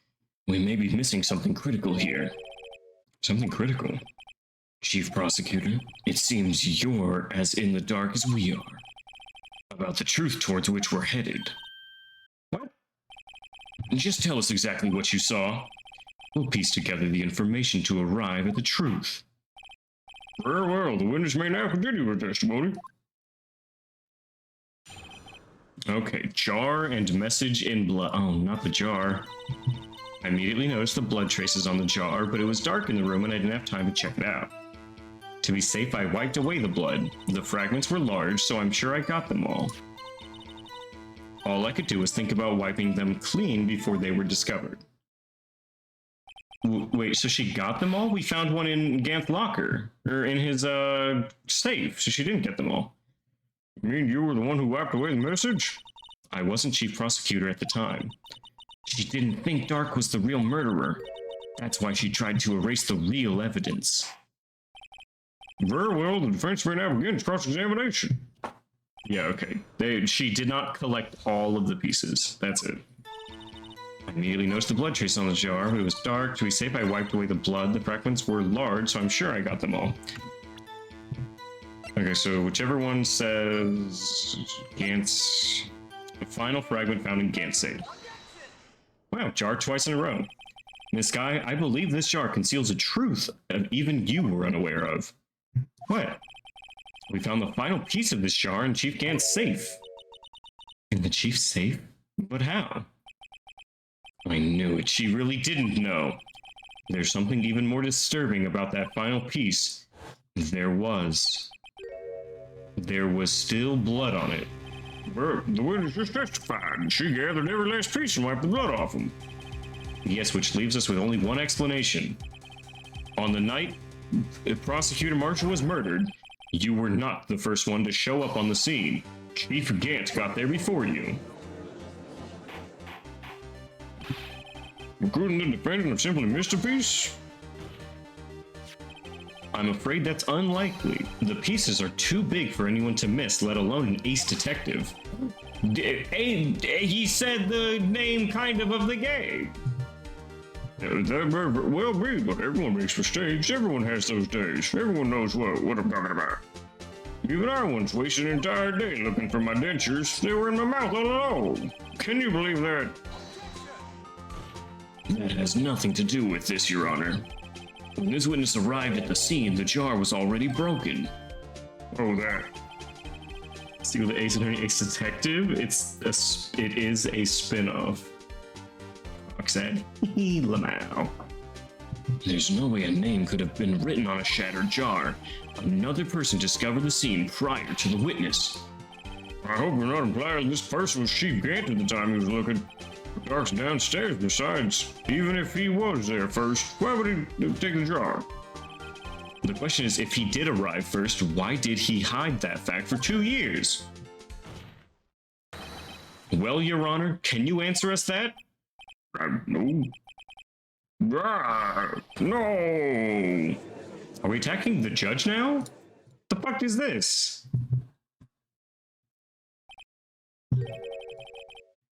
Wait, I'm not the one on trial here. Damon Gant arrived at the crime scene prior to the witness. He proceeded to break the jar. You fuck the jar? Yeah, fuck out of here, old man. He proceeded to break the jar and purposely hid one of the pieces. Question, what is this action called? The fabrication of evidence. But why would Chief Gant do that? In light of what happened afterwards, isn't it clear? What happened afterwards? Discovering the scene, Lana Skye believed her sister Emma killed the victim. Determined to help her sister, she sought Gant's aid. Lending her his aid, Gant helped her create evidence that incriminated Dark, sparing Emma, and therein lies the reason. The reason why Miss Skye became the Chief's puppet. Damn, she biting that thumb. No, I did it on my own. Please, sis, stop trying to protect the Chief. I can't watch you suffer anymore for my sake.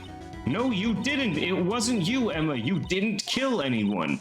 Don't believe anything Mr. Wright says. Defense attorneys make up the most foul lies to defend their clients. Bite my tongue. Thumb at thee? No, that's like a fuck you in Shakespeare times. Foul lies, imagine that coming from my own client. I guess you do seem the type who likes to twist the truth. Wait a minute. What if we're still smack dab in the middle of Gant's trap? Is something wrong, Mr. Wright? Lana may be right after all. What do you mean, right? So you do tell foul lies then, Mr. Wright. Miss Skye, please testify once more. But if evidence was fabricated behind your back, then Emma's accidental killing of Prosecutor Marshall might also be a lie. But I do remember knocking over Mr. Marshall. Miss Skye, if you will. I can't. There's nothing to be afraid of anymore. This cross-examination may not change a thing. However, there is a possibility that it will if you tell the truth. Very well. I'll testify about what I really saw. Oh, that was it? Edgeworth just needed to say, like, alright, bitch. I'm getting tired of the lying. Yeah, you're right, Edgeworth. I'll be truthful now. Alright, the witness may testify once more for the final time. Alright, the actual crime scene. When I arrived, I found Mr. Marshall's body impaled on that suit of armor's sword. Emma and Dark were lying unconscious on the floor nearby. When I saw what happened, I thought she did it. That's why I erased all the evidence that linked her to the murder. My Chief Gant helped me remove the body from the sword and carry it. But if it all really was a fabrication, Emma might be innocent.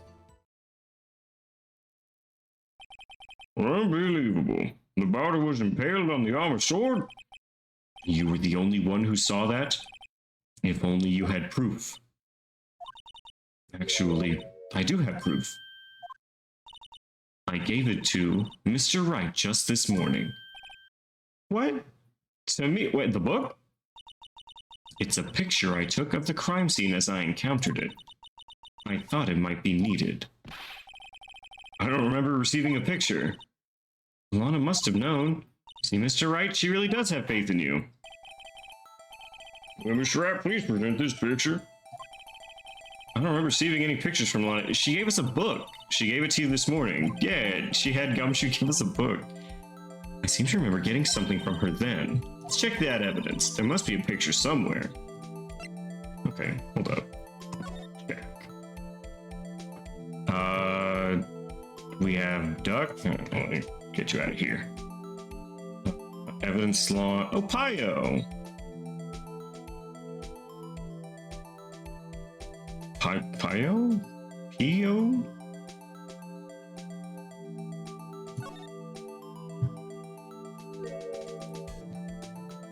Wide duck ass. If only. Hey, there's a picture here. What? Oh my. This is the actual crime scene. No other detective saw the crime scene like this. Because I contacted Criminal Affairs only after I had rearranged everything. Lana's picture inserted into the court record.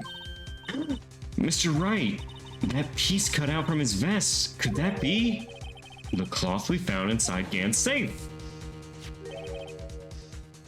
Ooh, what's this?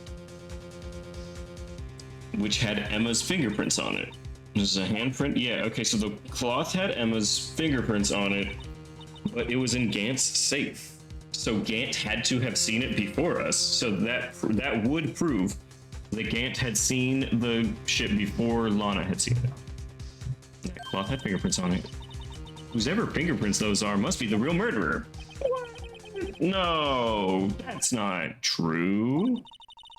Why is your lip turning all purple, Mr. Wright? No. What? Emma, you're so goofy. Back to the cross-ex. So long as you tell the truth, we should be able to flush out the real murderer. Very well, the defense may now begin its cross-examination. Alright, actual crime scene. When I arrived, I found his body impaled. What? What? Oh my god. Come now, Udgy. This is the poorest excuse for a trial I've ever seen. Prepare. What, now you want to make me out as the bad guy too? If so, I'd like to put in a word or two in my defense. I'm afraid it's too late for that. What? You already declined to testify. That means you forfeit your right to make statements of any sort. This must be that risk we were talking about earlier. Just sit back and relax and enjoy the sound of the noose tightening around your own neck. My god, oh fuck, that is dark.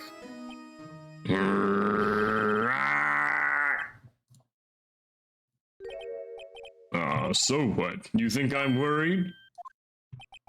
Sorry to disappoint you. But I don't need to make any statements. What do you mean? The evidence will do all the talking for me.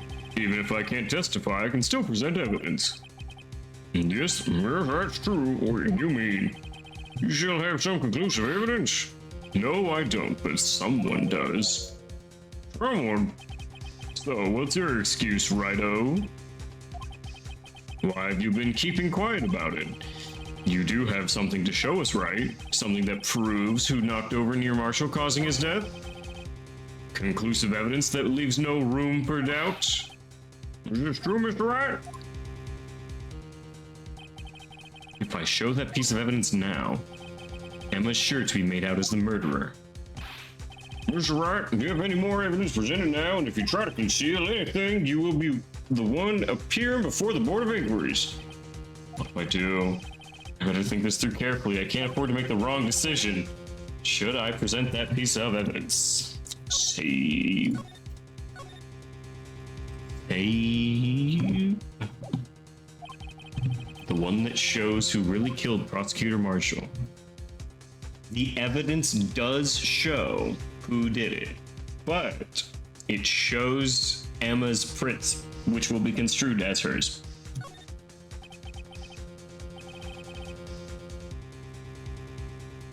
Okay. Yes, Your Honor, I do have further evidence. Alright, the time's finally come to show it then. Those prints have got to be the Chief's. Fuck.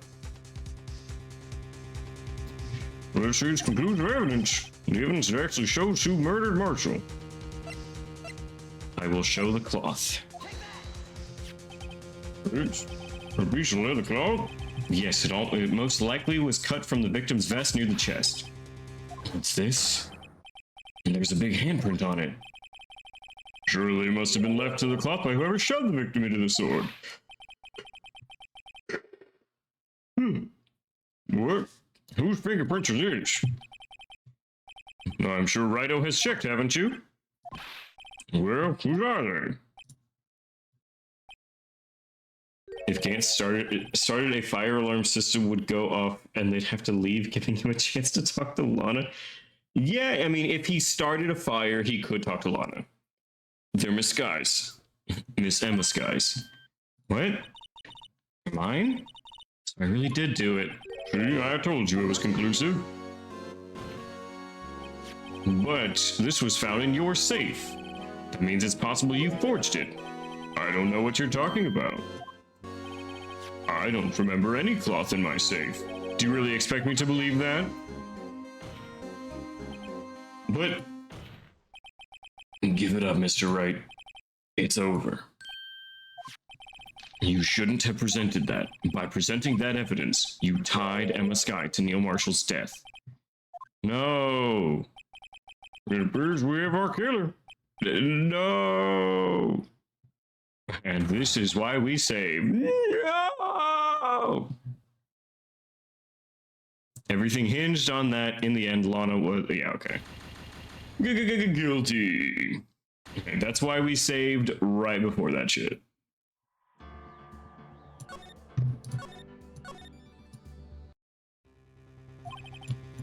Alright, I cannot show the evidence. Your Honor, I don't have any evidence I can present at this point in time. What? You lie. You You opened my safe. I know what you took, what was inside. The conclusive evidence. I don't know what you're talking about. Mr. Wright, why don't you show them? We found it together. Oh, I see. It's because you know the truth, don't you? You know whose fingerprints are on it. That's why you won't present it. What are you talking about, Chief Gant? Can't you figure it out? Take a good look at this picture. See the victim's vest? Notice anything odd about the chest area? It looks like a part of it's been cut out for some reason. You mean you had this in your safe? Well, that means you, the chief of police, have been concealing evidence. Ultimate time traveler, actually. This is going to be the biggest scandal in the history of the police department. Impressive. To be honest, I didn't think you had the gall, righto.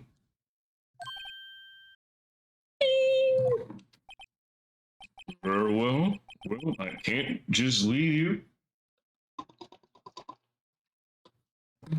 I can't just let you pin me as the murderer. I'll tell you what really happened. What? You mean you admit to it?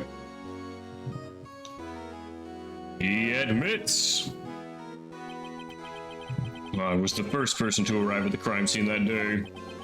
It then occurred to me that I could use the situation to control Lana. So you really were manipulating her. I knew Lana. If I made it look like the blame lay with her sister, and when she saw the scene, she would ask me for my aid. So you assisted Miss Sky.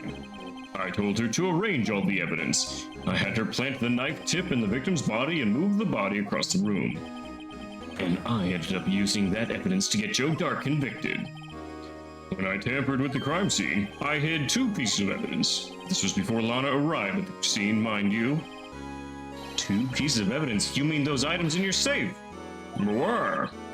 For insurance, of course. Insurance?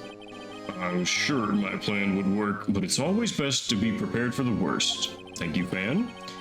I wasn't about to let anyone blame me for a murder that girl committed. You mean you were calculating that far ahead while forging the evidence? What do you take me for, a fool? I didn't make police chief by dumb luck. The sharp fragment. I hid the most legible part of Emma's name.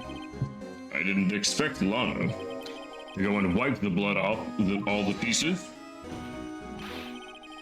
But if you fabricated all the evidence, not a fool but an idiot.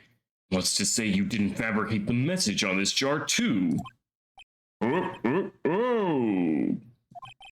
Some people just don't know when to quit, do they? That's why I kept one more item for insurance. You mean that piece of cloth? Come on, Rido, cough it up already. I know you have it. What are you waiting for, Mr. Wright? So you admit to it then, Chief Gant. That's why you were hiding the cloth you cut off of the victim's vest.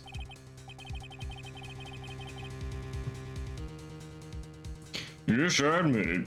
I didn't want to have to do that, being chief and all. It's a lot better than being portrayed as a murderer. Well, Mr. Wright, what do you have to say for yourself? Just a moment ago, you said you didn't have any evidence you could present. Foolish move, Rido. You should have shown it to them. Shown it then, before it was too late. Been a long battle. But the moment of truth has finally arrived. As long as I don't mess up here, victory is mine. Show evidence. Your Honor, I do have evidence to present. All right, then let's see its conclusive evidence.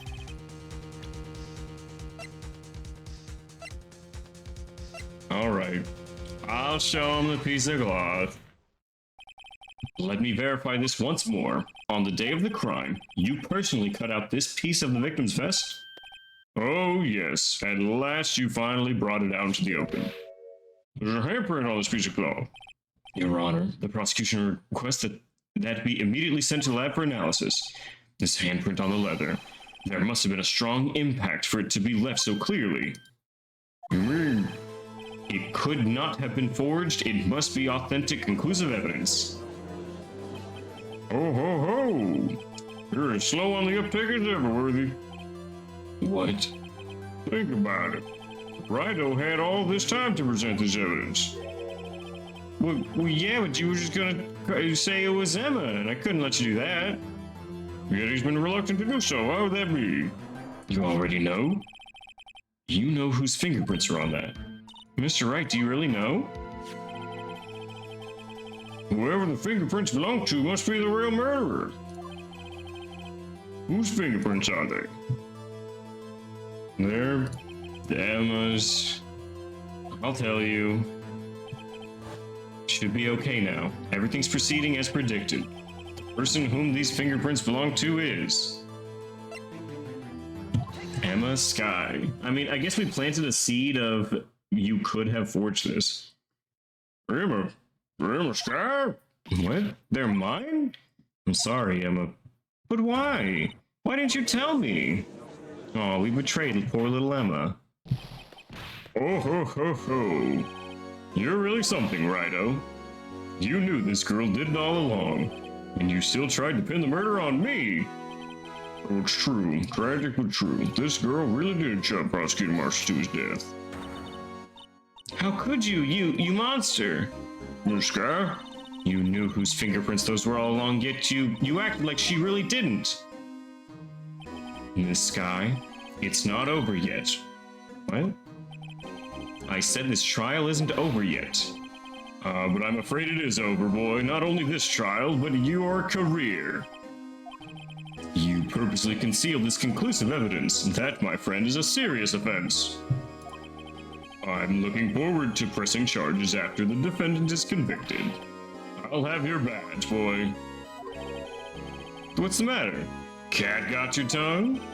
Aren't you going to tell us how it feels? How it feels to be cucked by the large man?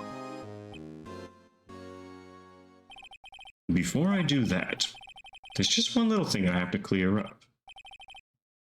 His pink glasses bring out the manliness in his eyes. I think the pink and green work really well together. Hi, Perkit Fam 2000. And what's that? Who really killed Prosecutor Near Marshall? Gant a baddie? He is. What? Chief Gant, you are absolutely right. This piece of cloth proves who the real murderer is. Who killed Neil Marshall, you ask? It was Emma Skye, wasn't it? I'm afraid that's not possible. You see, this piece of cloth contains a critical contradiction. What? A contradiction? What is this fool blabbling about? I'm talking about a contradiction, one that proves who the real killer is. Mr. Wright, this piece of cloth, what could it possibly contradict? You can't hear tyrannical reign ends here. Behold, the piece of evidence that contradicts this cloth. The picture, baby. And what is it supposed to be? This is the picture Miss Skye took. Take a good look at it. See where the piece of cloth of his vest was cut out? Here's his shirt showing underneath.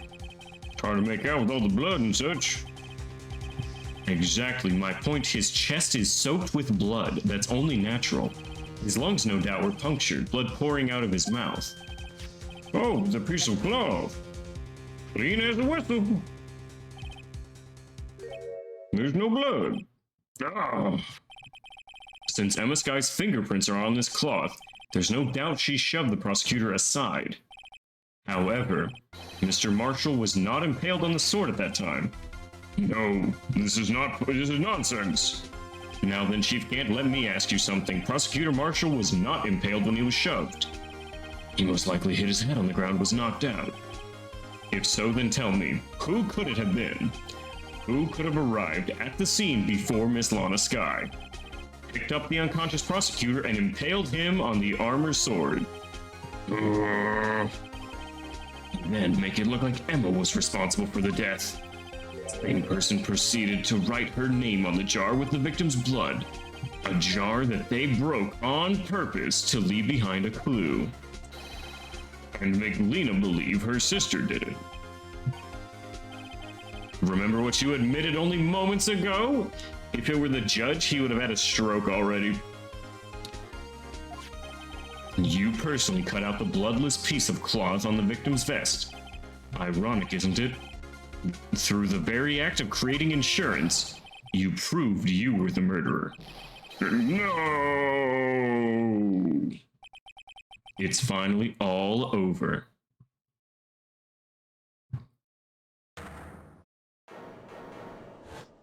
No, what? You don't get to object. Oh, that was close, Rhino. You almost had me. Sorry, but you'll have to do better than that. I refute your allegations. What do you mean you refute his allegations? You see that piece of cloth is illegal evidence. It is illegal evidence, I admit, but that won't stop me. What nonsense is this? Illegal evidence cannot be used to convict a suspect. Remember, Raji? Earlier, old Rhino here concealed that piece of cloth. So then what's your excuse, Rhino? You do have some conclusive evidence? Your Honor, I don't have any evidence. Well, that's true. The defense did refuse to present evidence.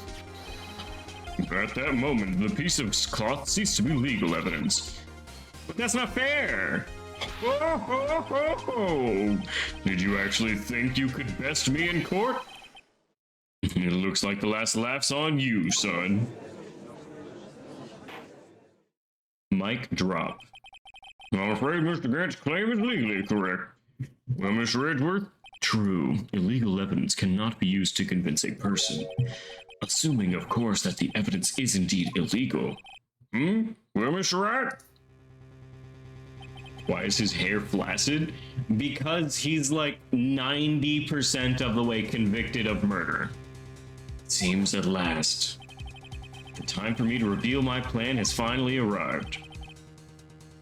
Mr. Wright, do you admit to it? That you purposefully and illegally concealed this piece of cloth? I did not. I admit I refused to present it at one point. I had this the whole time on the table. You could see it come on. Yeah, Your Honor, this was my napkin at lunch. You can tell because of my peanut butter and jelly stains on this piece of evidence. I was never hiding this from anybody.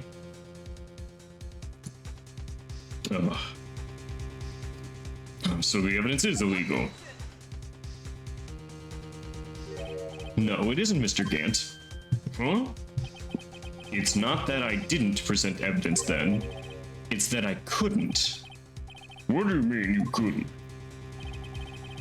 There are certain procedures involved when presenting evidence.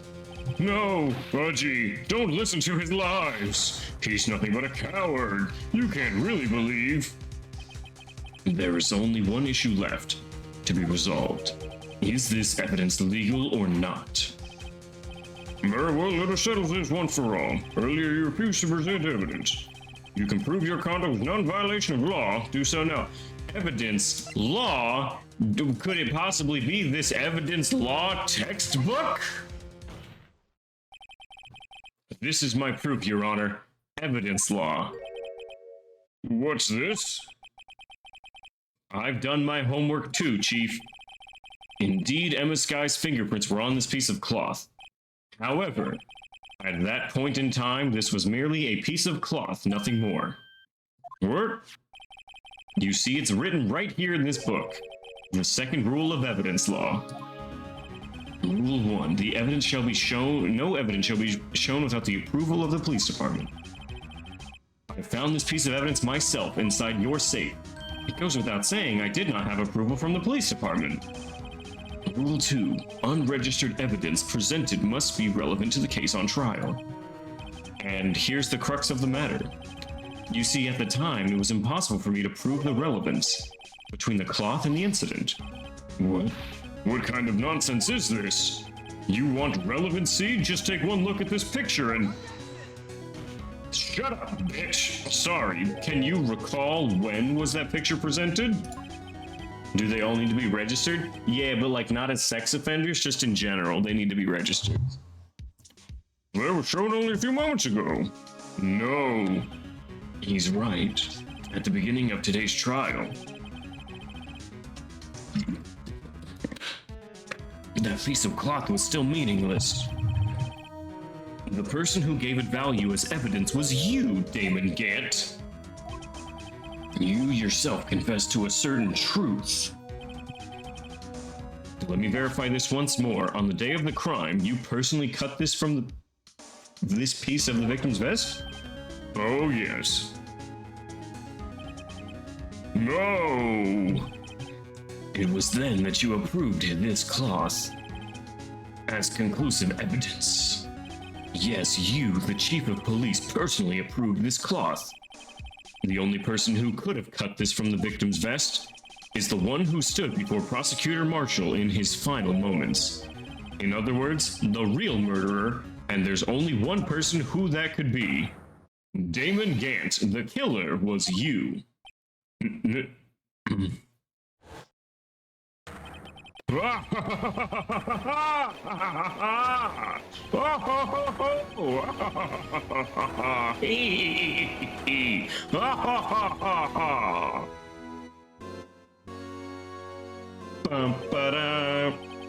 I knew I should have gotten rid of him. That good-for-nothing scum. For 2 years he's been snooping around the department, trying to get me on get something on me. Maybe he clapped this. Shut up. The way he walked into the stand clapping. But his hand's in his pockets. How does he do that? Crimes are being committed every day, yet he insists on hounding me. Well, your crime wasn't petty. He wanted to reinvestigate the case. He recruited Angel Starr, then convinced Bruce Goodman. Detective Goodman? Yep, that's right. If the evidence is transferred, I'll lose my only chance to find out the truth. Please, you've got to help me. Goodman turned him down, as he ought to. Still, Jake Marshall didn't know when to quit. He stole Goodman's ID card and tried to take the evidence. Goodman came to me that day. He wanted to file a lost item report. I went with him to the evidence room, then all of a sudden he decided to speak out. What are you talking about, Goodman? Can you please reopen the investigation, Chief? Yeah, we can't transfer the evidence out. There are too many questions left unanswered. He opened his evidence locker as he was taking the evidence out. He said, "It's not too late. I'm going to hand this over to Marshall." Well, to be honest, I was a bit taken aback by his words. I had a bad feeling when he came to see me, but I never thought he'd bring up SL9. That's when I saw it, that accursed knife.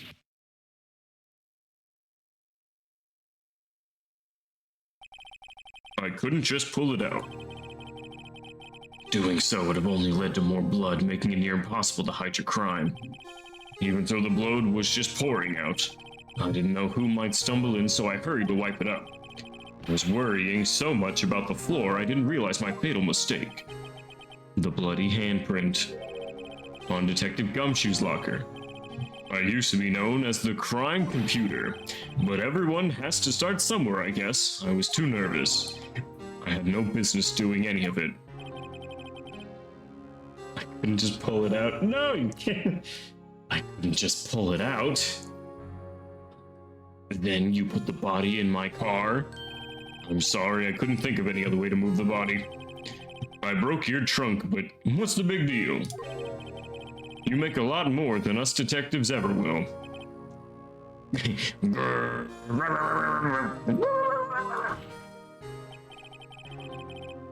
Leaving the prosecution's car aside, how could you get Miss Scott involved in all of this? Well, she had as much to lose as I did if the truth came out. So you took the evidence from Detective Goodman's locker. I felt bad for having to do it.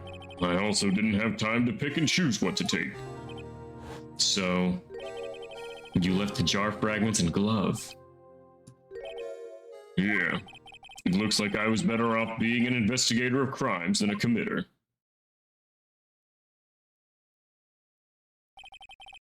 They all did their best to get in my way. I've got to hand it to them. They do their jobs well, much to my dismay. Couldn't just pull it out. Fake evidence doesn't hold up very well upon close examination. You must have known that. Tell me, Worthy, why did you stand in court? Me? You despise criminals. I can feel it. You and me. We're the same. One day, you'll understand.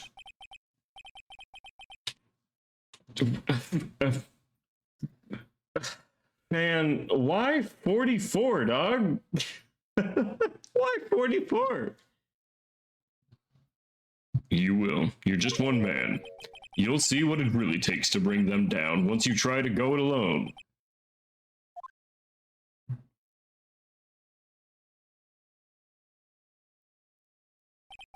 Well, looks like it's time to say goodbye. Oh, Udgy. What? Quote, hey, what? No, I guess it was just a random one then.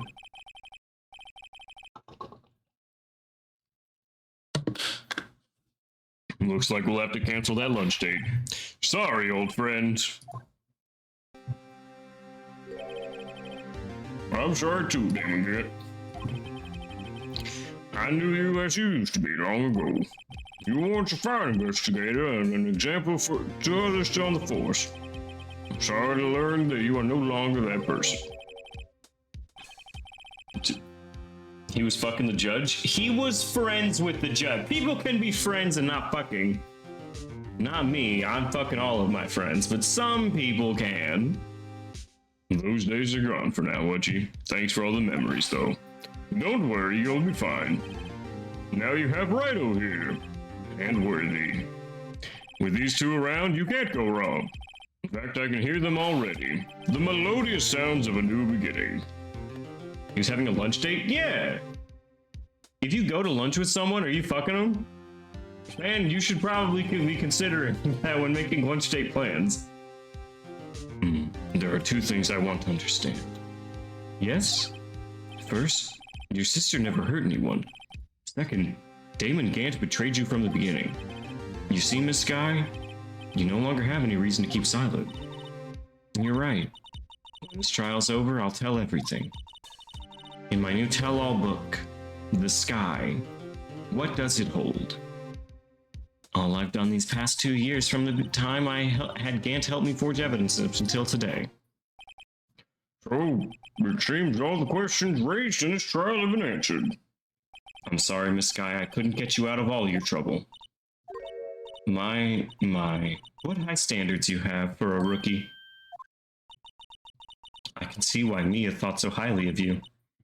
Who knows, a few years from now, you just might make it to the top. Ting, a little twinkle in her smile.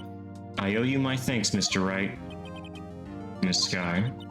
And to you too, Mr. Edgeworth. And you've suffered every bit as much as I have over these past few days.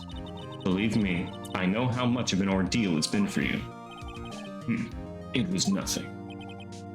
Liar. I was worried the pressure might break you, and yet... You rose above it all and guided Mr. Wright to victory.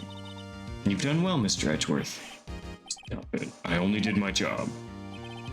In light of this case, it seems a good self-examination is in order for all of us. Miss Sky? Yes, Your Honor. You are innocent of murder. However, although the chief blackmailed you, the fact is you still acted as his accomplice. A trial will be scheduled for these crimes at a later date. Yes, I understand, Your Honor. Is there something amusing about all this? Oh, right, I didn't say that. Yeah. You were too busy lurking and enjoying yourself. Too into this shit? Yeah, I get you. Is there something amusing? Why are you smiling? It's been a long time, Your Honor. A long time since I felt free of these heavy chains.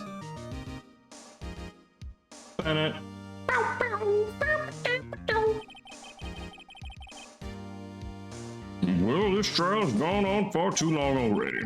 Regarding the charge of murder, this court finds the defendant, Miss Lone Sky, not Guilty! Woo! Oh shit, baby! We have our own confetti! That is all. Court is adjourned. Quote the music. Quote the music.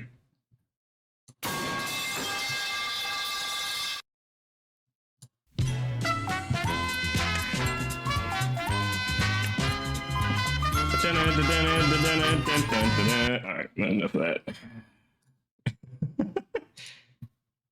Court is adjourned. February 25th. Yeah, Cappy spinning! Edgy spin! Can I get some edgy spins with those capybaras? At long last, it's finally over. The fuck are you mad about, Emma? Was it E or Y? Here,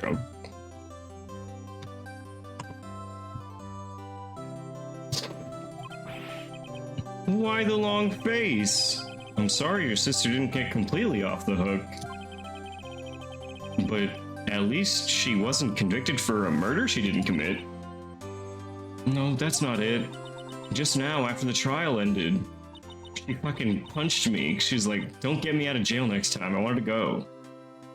See why Mia Fey thought so highly of you. I owe you my thanks, Mr. Wright. And you too, Mr. Edgeworth. You've suffered every bit as much as I have over these past few days, and you've done well. Oh shit, she's Jewish, I didn't even notice that. You know, I did my best too, but Lana didn't say a word to me. I hope I'm not interrupting anything, pals. Oh, guess I am. Yeah, I'll come back later. No, Gumshoe, come back! Wait, Detective Gumshoe, what was it? Come on, I'm in a really awkward situation right now. Hey, you're doing this on purpose, aren't you? Making a detective run around while on duty? And to top it off, you call me here, I've seen happier people at funerals. Oh my god, he keeps saying I've seen happier people at funerals. Hey, lighten up, pals. Oh, are you here because of my sister again? Nope, not this time. I came today because of you, pal. Me? That's right. I thought you'd like to see someone. Lana! Hey, should you be doing this? She's still under arrest, you know. Well, I won't tell if you won't. Emma, I owe you an apology. It's okay, sis, don't worry about it. That day 2 years ago was the first time in my life I ever panicked. It was all I could do to keep myself from screaming. All I could think about was keeping you from getting wrapped up in that mess. Sis, I asked Aunt to help me cover up the truth. I thought I was doing it for your sake. But now, I realize I was wrong. I changed after that day. I had to.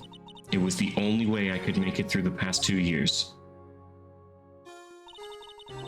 I was serving cunt left and right, but I couldn't do that so close to you. I couldn't bring myself to tell you what I was doing.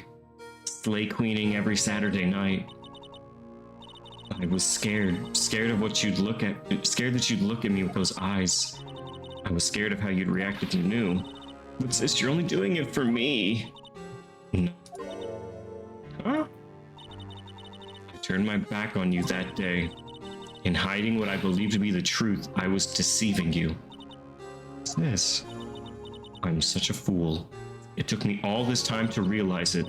Emma, I'm so sorry. But sis, you don't have to apologize. I'm happy now. You're happy? Of course. You know, sis, I always knew that one day you'd come back, and now you have.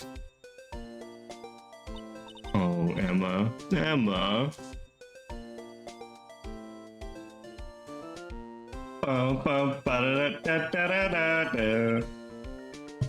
No one can change the past. The only thing we can do is strive to make up for our mistakes. Why must we make up for our mistakes, you ask?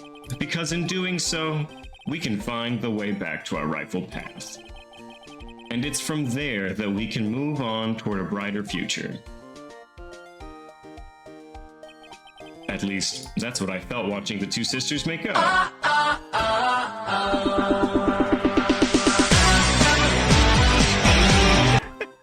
Siblings are dating hard mode.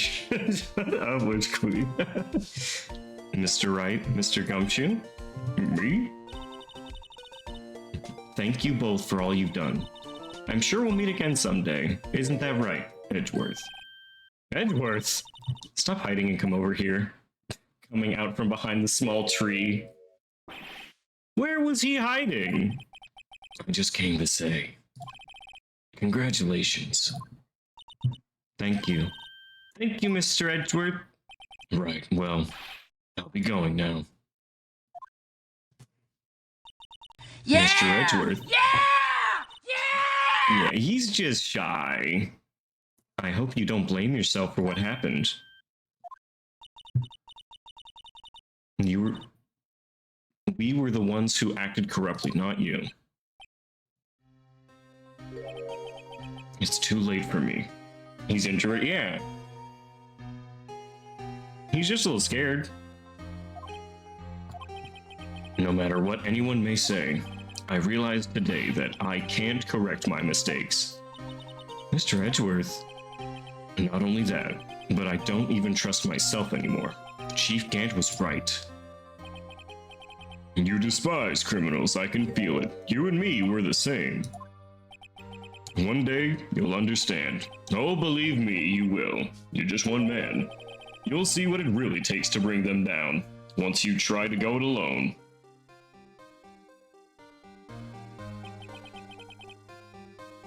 I do despise criminals. I plan to dedicate my entire life to fighting them, but in order to fight crime on my own, I'd need a weapon. It's scary, but I've known that to be true for quite some time now. No, Edgeworth, you can't get a gun. The last time you had a gun, you were accused of murder. No, Edgeworth. But Edgeworth, who knows? Given enough time, I might have tried to pull something like Chief Gant did. That thought terrifies me. That's why I can't continue as a prosecutor.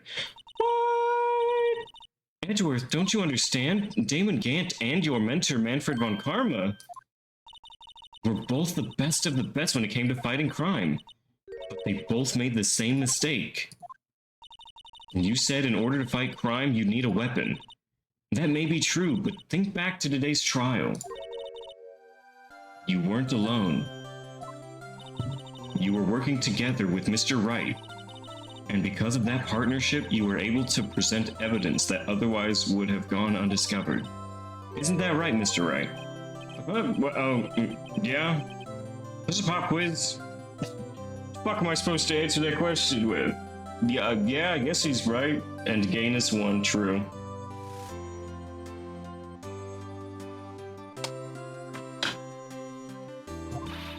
Come on, Mr. Wright, show him what Lana's talking about. Evidence, huh? Something that neither Edgeworth nor I would have been able to find on our own? No one would believe I was a defense attorney if I found this. Alright, for me, because we're not in a trial. Edgeworth, did you know I was an attorney? Hey, Miles. That might mean something to you. I don't see how it had anything to do with our partnership. Huh? Mr. Wright? It seems you still have a lot to learn as well. I guess that wasn't the right piece of evidence. It's time for me to go. Mr. Edgeworth? If you'll excuse me. The pictures, it's literally the pictures. It's not, it's fine. Miles, do you want to see my badge? There are still some loose ends that need wrapping up. Take care, Chief Prosecutor. Edgeworth, what will you do now? Well, whatever you do, just remember, you can let what happened kill the prosecutor in you, or you can let it help you grow. In the end, it's up to you. I know. It seems I owe you my thanks too, right? But what I face now is my problem. Edgeworth, I'll be waiting for you in court. Farewell. I'd better be going too. Okay, but I'll be by to do a visit soon, as we both have a lot to learn. And catching up to do. Here, this is a little something for you. Scientific investigation. Okay, so we got evidence law and she got scientific investigation. It's the first book I ever bought. Study it well. Thanks, sis. I will.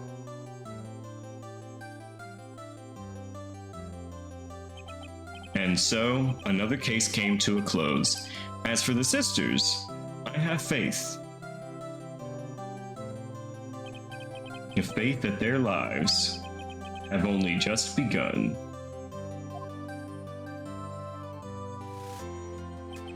And as for me, I think it's time I started on a new journey of my own. A journey to rediscover myself. Edgeworth is the last one. Hey, well, don't go trekking off just yet, pal. What is it, detective? Well, there's just a little matter to be resolved about the chief prosecutor. You see, she isn't supposed to be at a jail like this. But I thought you said it was okay. Yeah, well, it might be okay with me, but the folks at the prison are a different story. Huh? And basically, I had to bribe a guard in order to sneak around for 30 minutes. Believe me, it wasn't cheap either. Way to go, detective. I didn't know you had a wild side. Yeah, well, they don't call me Detective Comstock down at the parlor for a reason. Mr. Wright here's the one who will be footing the bill. Huh? Now, what do you think I can afford it with my salary? You gotta be kidding me, pal. Thank you, Mr. Wright. You're the best. Why is it I suddenly feel like I want to scream? Hey, I got an idea. Why don't we all go to pay it off together? He's really paying to... Actually is, yes, you're paying to work. It can't be too much. I mean, you're bribing a guard for 30 minutes of time. It could probably be pretty expensive. That's a great idea.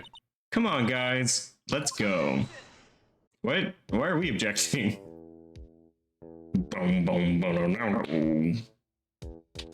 Aw, shoot, Takumi. What a good game. Drug cessed. I hope she'll be pleased to study under a top coroner. As for me, this affair has pretty much ended my days at the prosecutor's office.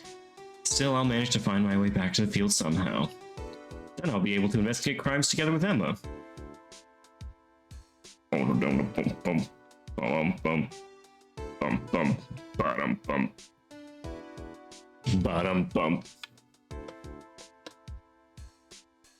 Kazuya Nori? Yikes, I thought I was a goner for a moment there in the end. They overlooked my unauthorized investigation of the chief's office. If we penalize you anymore, it'd be worse than firing you. Yep, that's what they said. It just goes to show you can't shake me off that easy. This man is homeless. He lives inside of a cum shoebox. Did you see Maya and Android they got last week? She's so cute, I'm sure. Bump. You mean a gum shoebox? Do I mean that? My new mission is to guard the main entrance and take care of it. You believe it? I've been demoted to a security guard. My partner keeping an eye on the entrance. I'll show him though. Someday I'll make it to make detective. Yes, sir. I think I'll be just like that Dick Gumshoe. Bum. In Edward's guest room with velvet sheets. Velvet sheets would be too good for him. He lives in Edgeworth's kitchen trash can. Aw, Blue Badger. This is the I think in real media, this is the closest Sonichu has to an IRL, like, like world equivalent. Blue Badger is Sonichu. No, it fell over. Wise words. Bum bum ba-dum bum. Bum bum ba-dum bum. What is it? Can't you see I'm having me a showdown with the steak and lunch partner?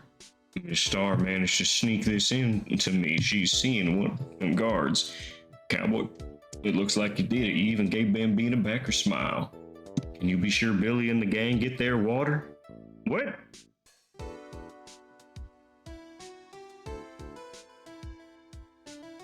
Bum bum bum bum bum bum bum bum. Looks like we won't be seeing each other for a while. As a farewell gift, I put a new meal on the menu, the right way lunch. The top layer tastes as bitter as defeat, but the bottom layer is sweet as victory. Kids seem to dig the turnabout theme. It's a hot sell around exam time. Can I please Just make get sure a not waffle? to eat it backwards.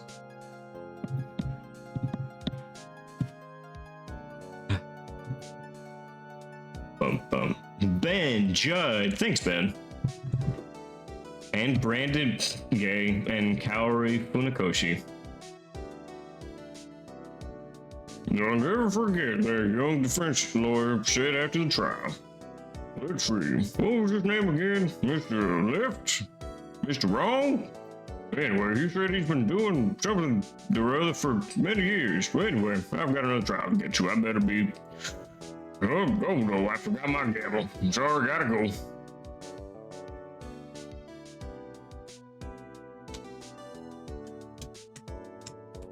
Translation, Bone Global Solutions. J. Patrick Riley, Yuli Kim, Steve Anderson. Oh, Ace Attorney. Hello, Etley. You actually caught us at the end of the first Ace Attorney game. Etley, how are you doing today? Nothing soothes the soul like fresh country air. Still, something I do miss hearing your objection. I can't go back until I'm a full-fledged spirit medium. Miss Nick, my afternoon training's about to begin. Coming! Well, see you around, Nick. I'm doing well, Etley. Thank you. Welcome to the beginning of Ace Attorney 2. Look at you thinking I'm staying around.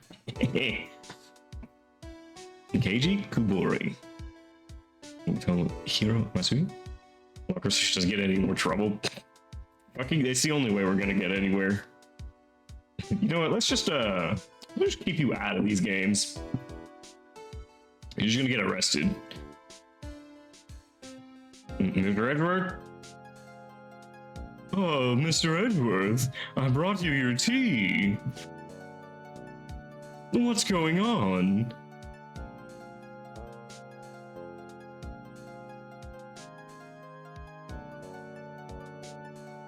Mine Matsukawa? And exec producer Tetsuya Minami. Thanks for coming to see me off. I can't believe I'm going to Europe. Thank you, Mr. Wright. Thank you so much for everything. I'm a little sad, but I'll be alright. Whenever I want to see Lana, all I have to do is open this book. It's got a picture of Lana in there.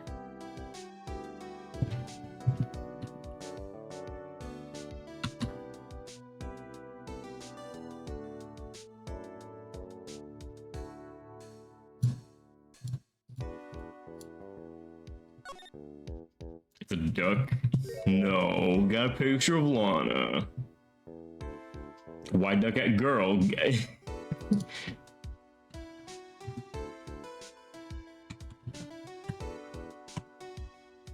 There you go. You have wide Among Us gay sex and wide duck asses like that. You're good. Also, very cute picture. Some of us in the cute section. No! There you go. See, that's how you make the little Doug throw ass.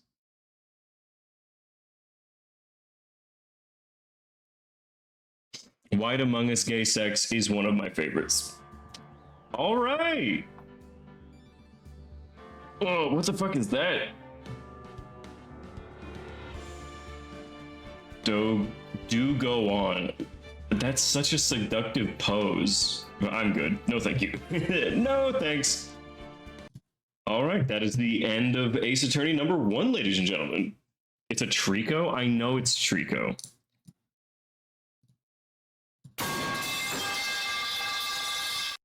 The attorney has been aced. Yes, it has. Oh, fuck, wait, what is that? I know that sound. Oh, fuck. Ah, my ears. Don't worry. Here you go.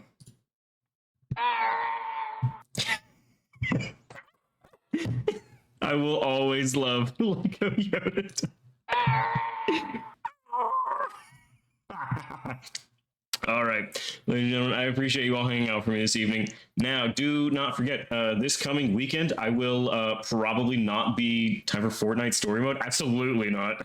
No thanks. This coming weekend, we will not be getting into the next Ace Attorney game, both because I want to break from an Ace Attorney game. You're leaving? I am leaving because I don't want to start another game or anything, and I'm not going to lie, I am a little tired today. But we will not be playing the next Ace Attorney game next weekend because it is the last weekend for me to be here before I'm gone for an entire week. So do not forget that we only have Tuesday, Thursday, and Saturday this coming week. And after that, I will be gone for an entire week. So remember, last stream will be on the Saturday for a week after that. So we will not be playing an Ace Attorney game. And then after I get back from my vacation, we will get started on the next Ace Attorney game, Ace Attorney number 2 from the Phoenix Wright trilogy. So with that being said, I will see you all on Tuesday for more Like a Dragon Ishin, Thursday for more art and Minecraft, and Saturday I'll figure out something for all of us to do. Have an amazing night, everyone. You've all been amazing. I think I'm going to go ahead and send you all over to Suddenly Pandas. He's playing Valorant, and I think he really needs a boost, so I hope you all give him a huge amount of love. This guy really wants it today. So please show Panda lots of love. Give him as many little kissies as he can on his little bitty forehead. I will see you all on Tuesday, everyone. You've been an amazing chat, and I've been your amazing streamer. Bye. Good night, everyone.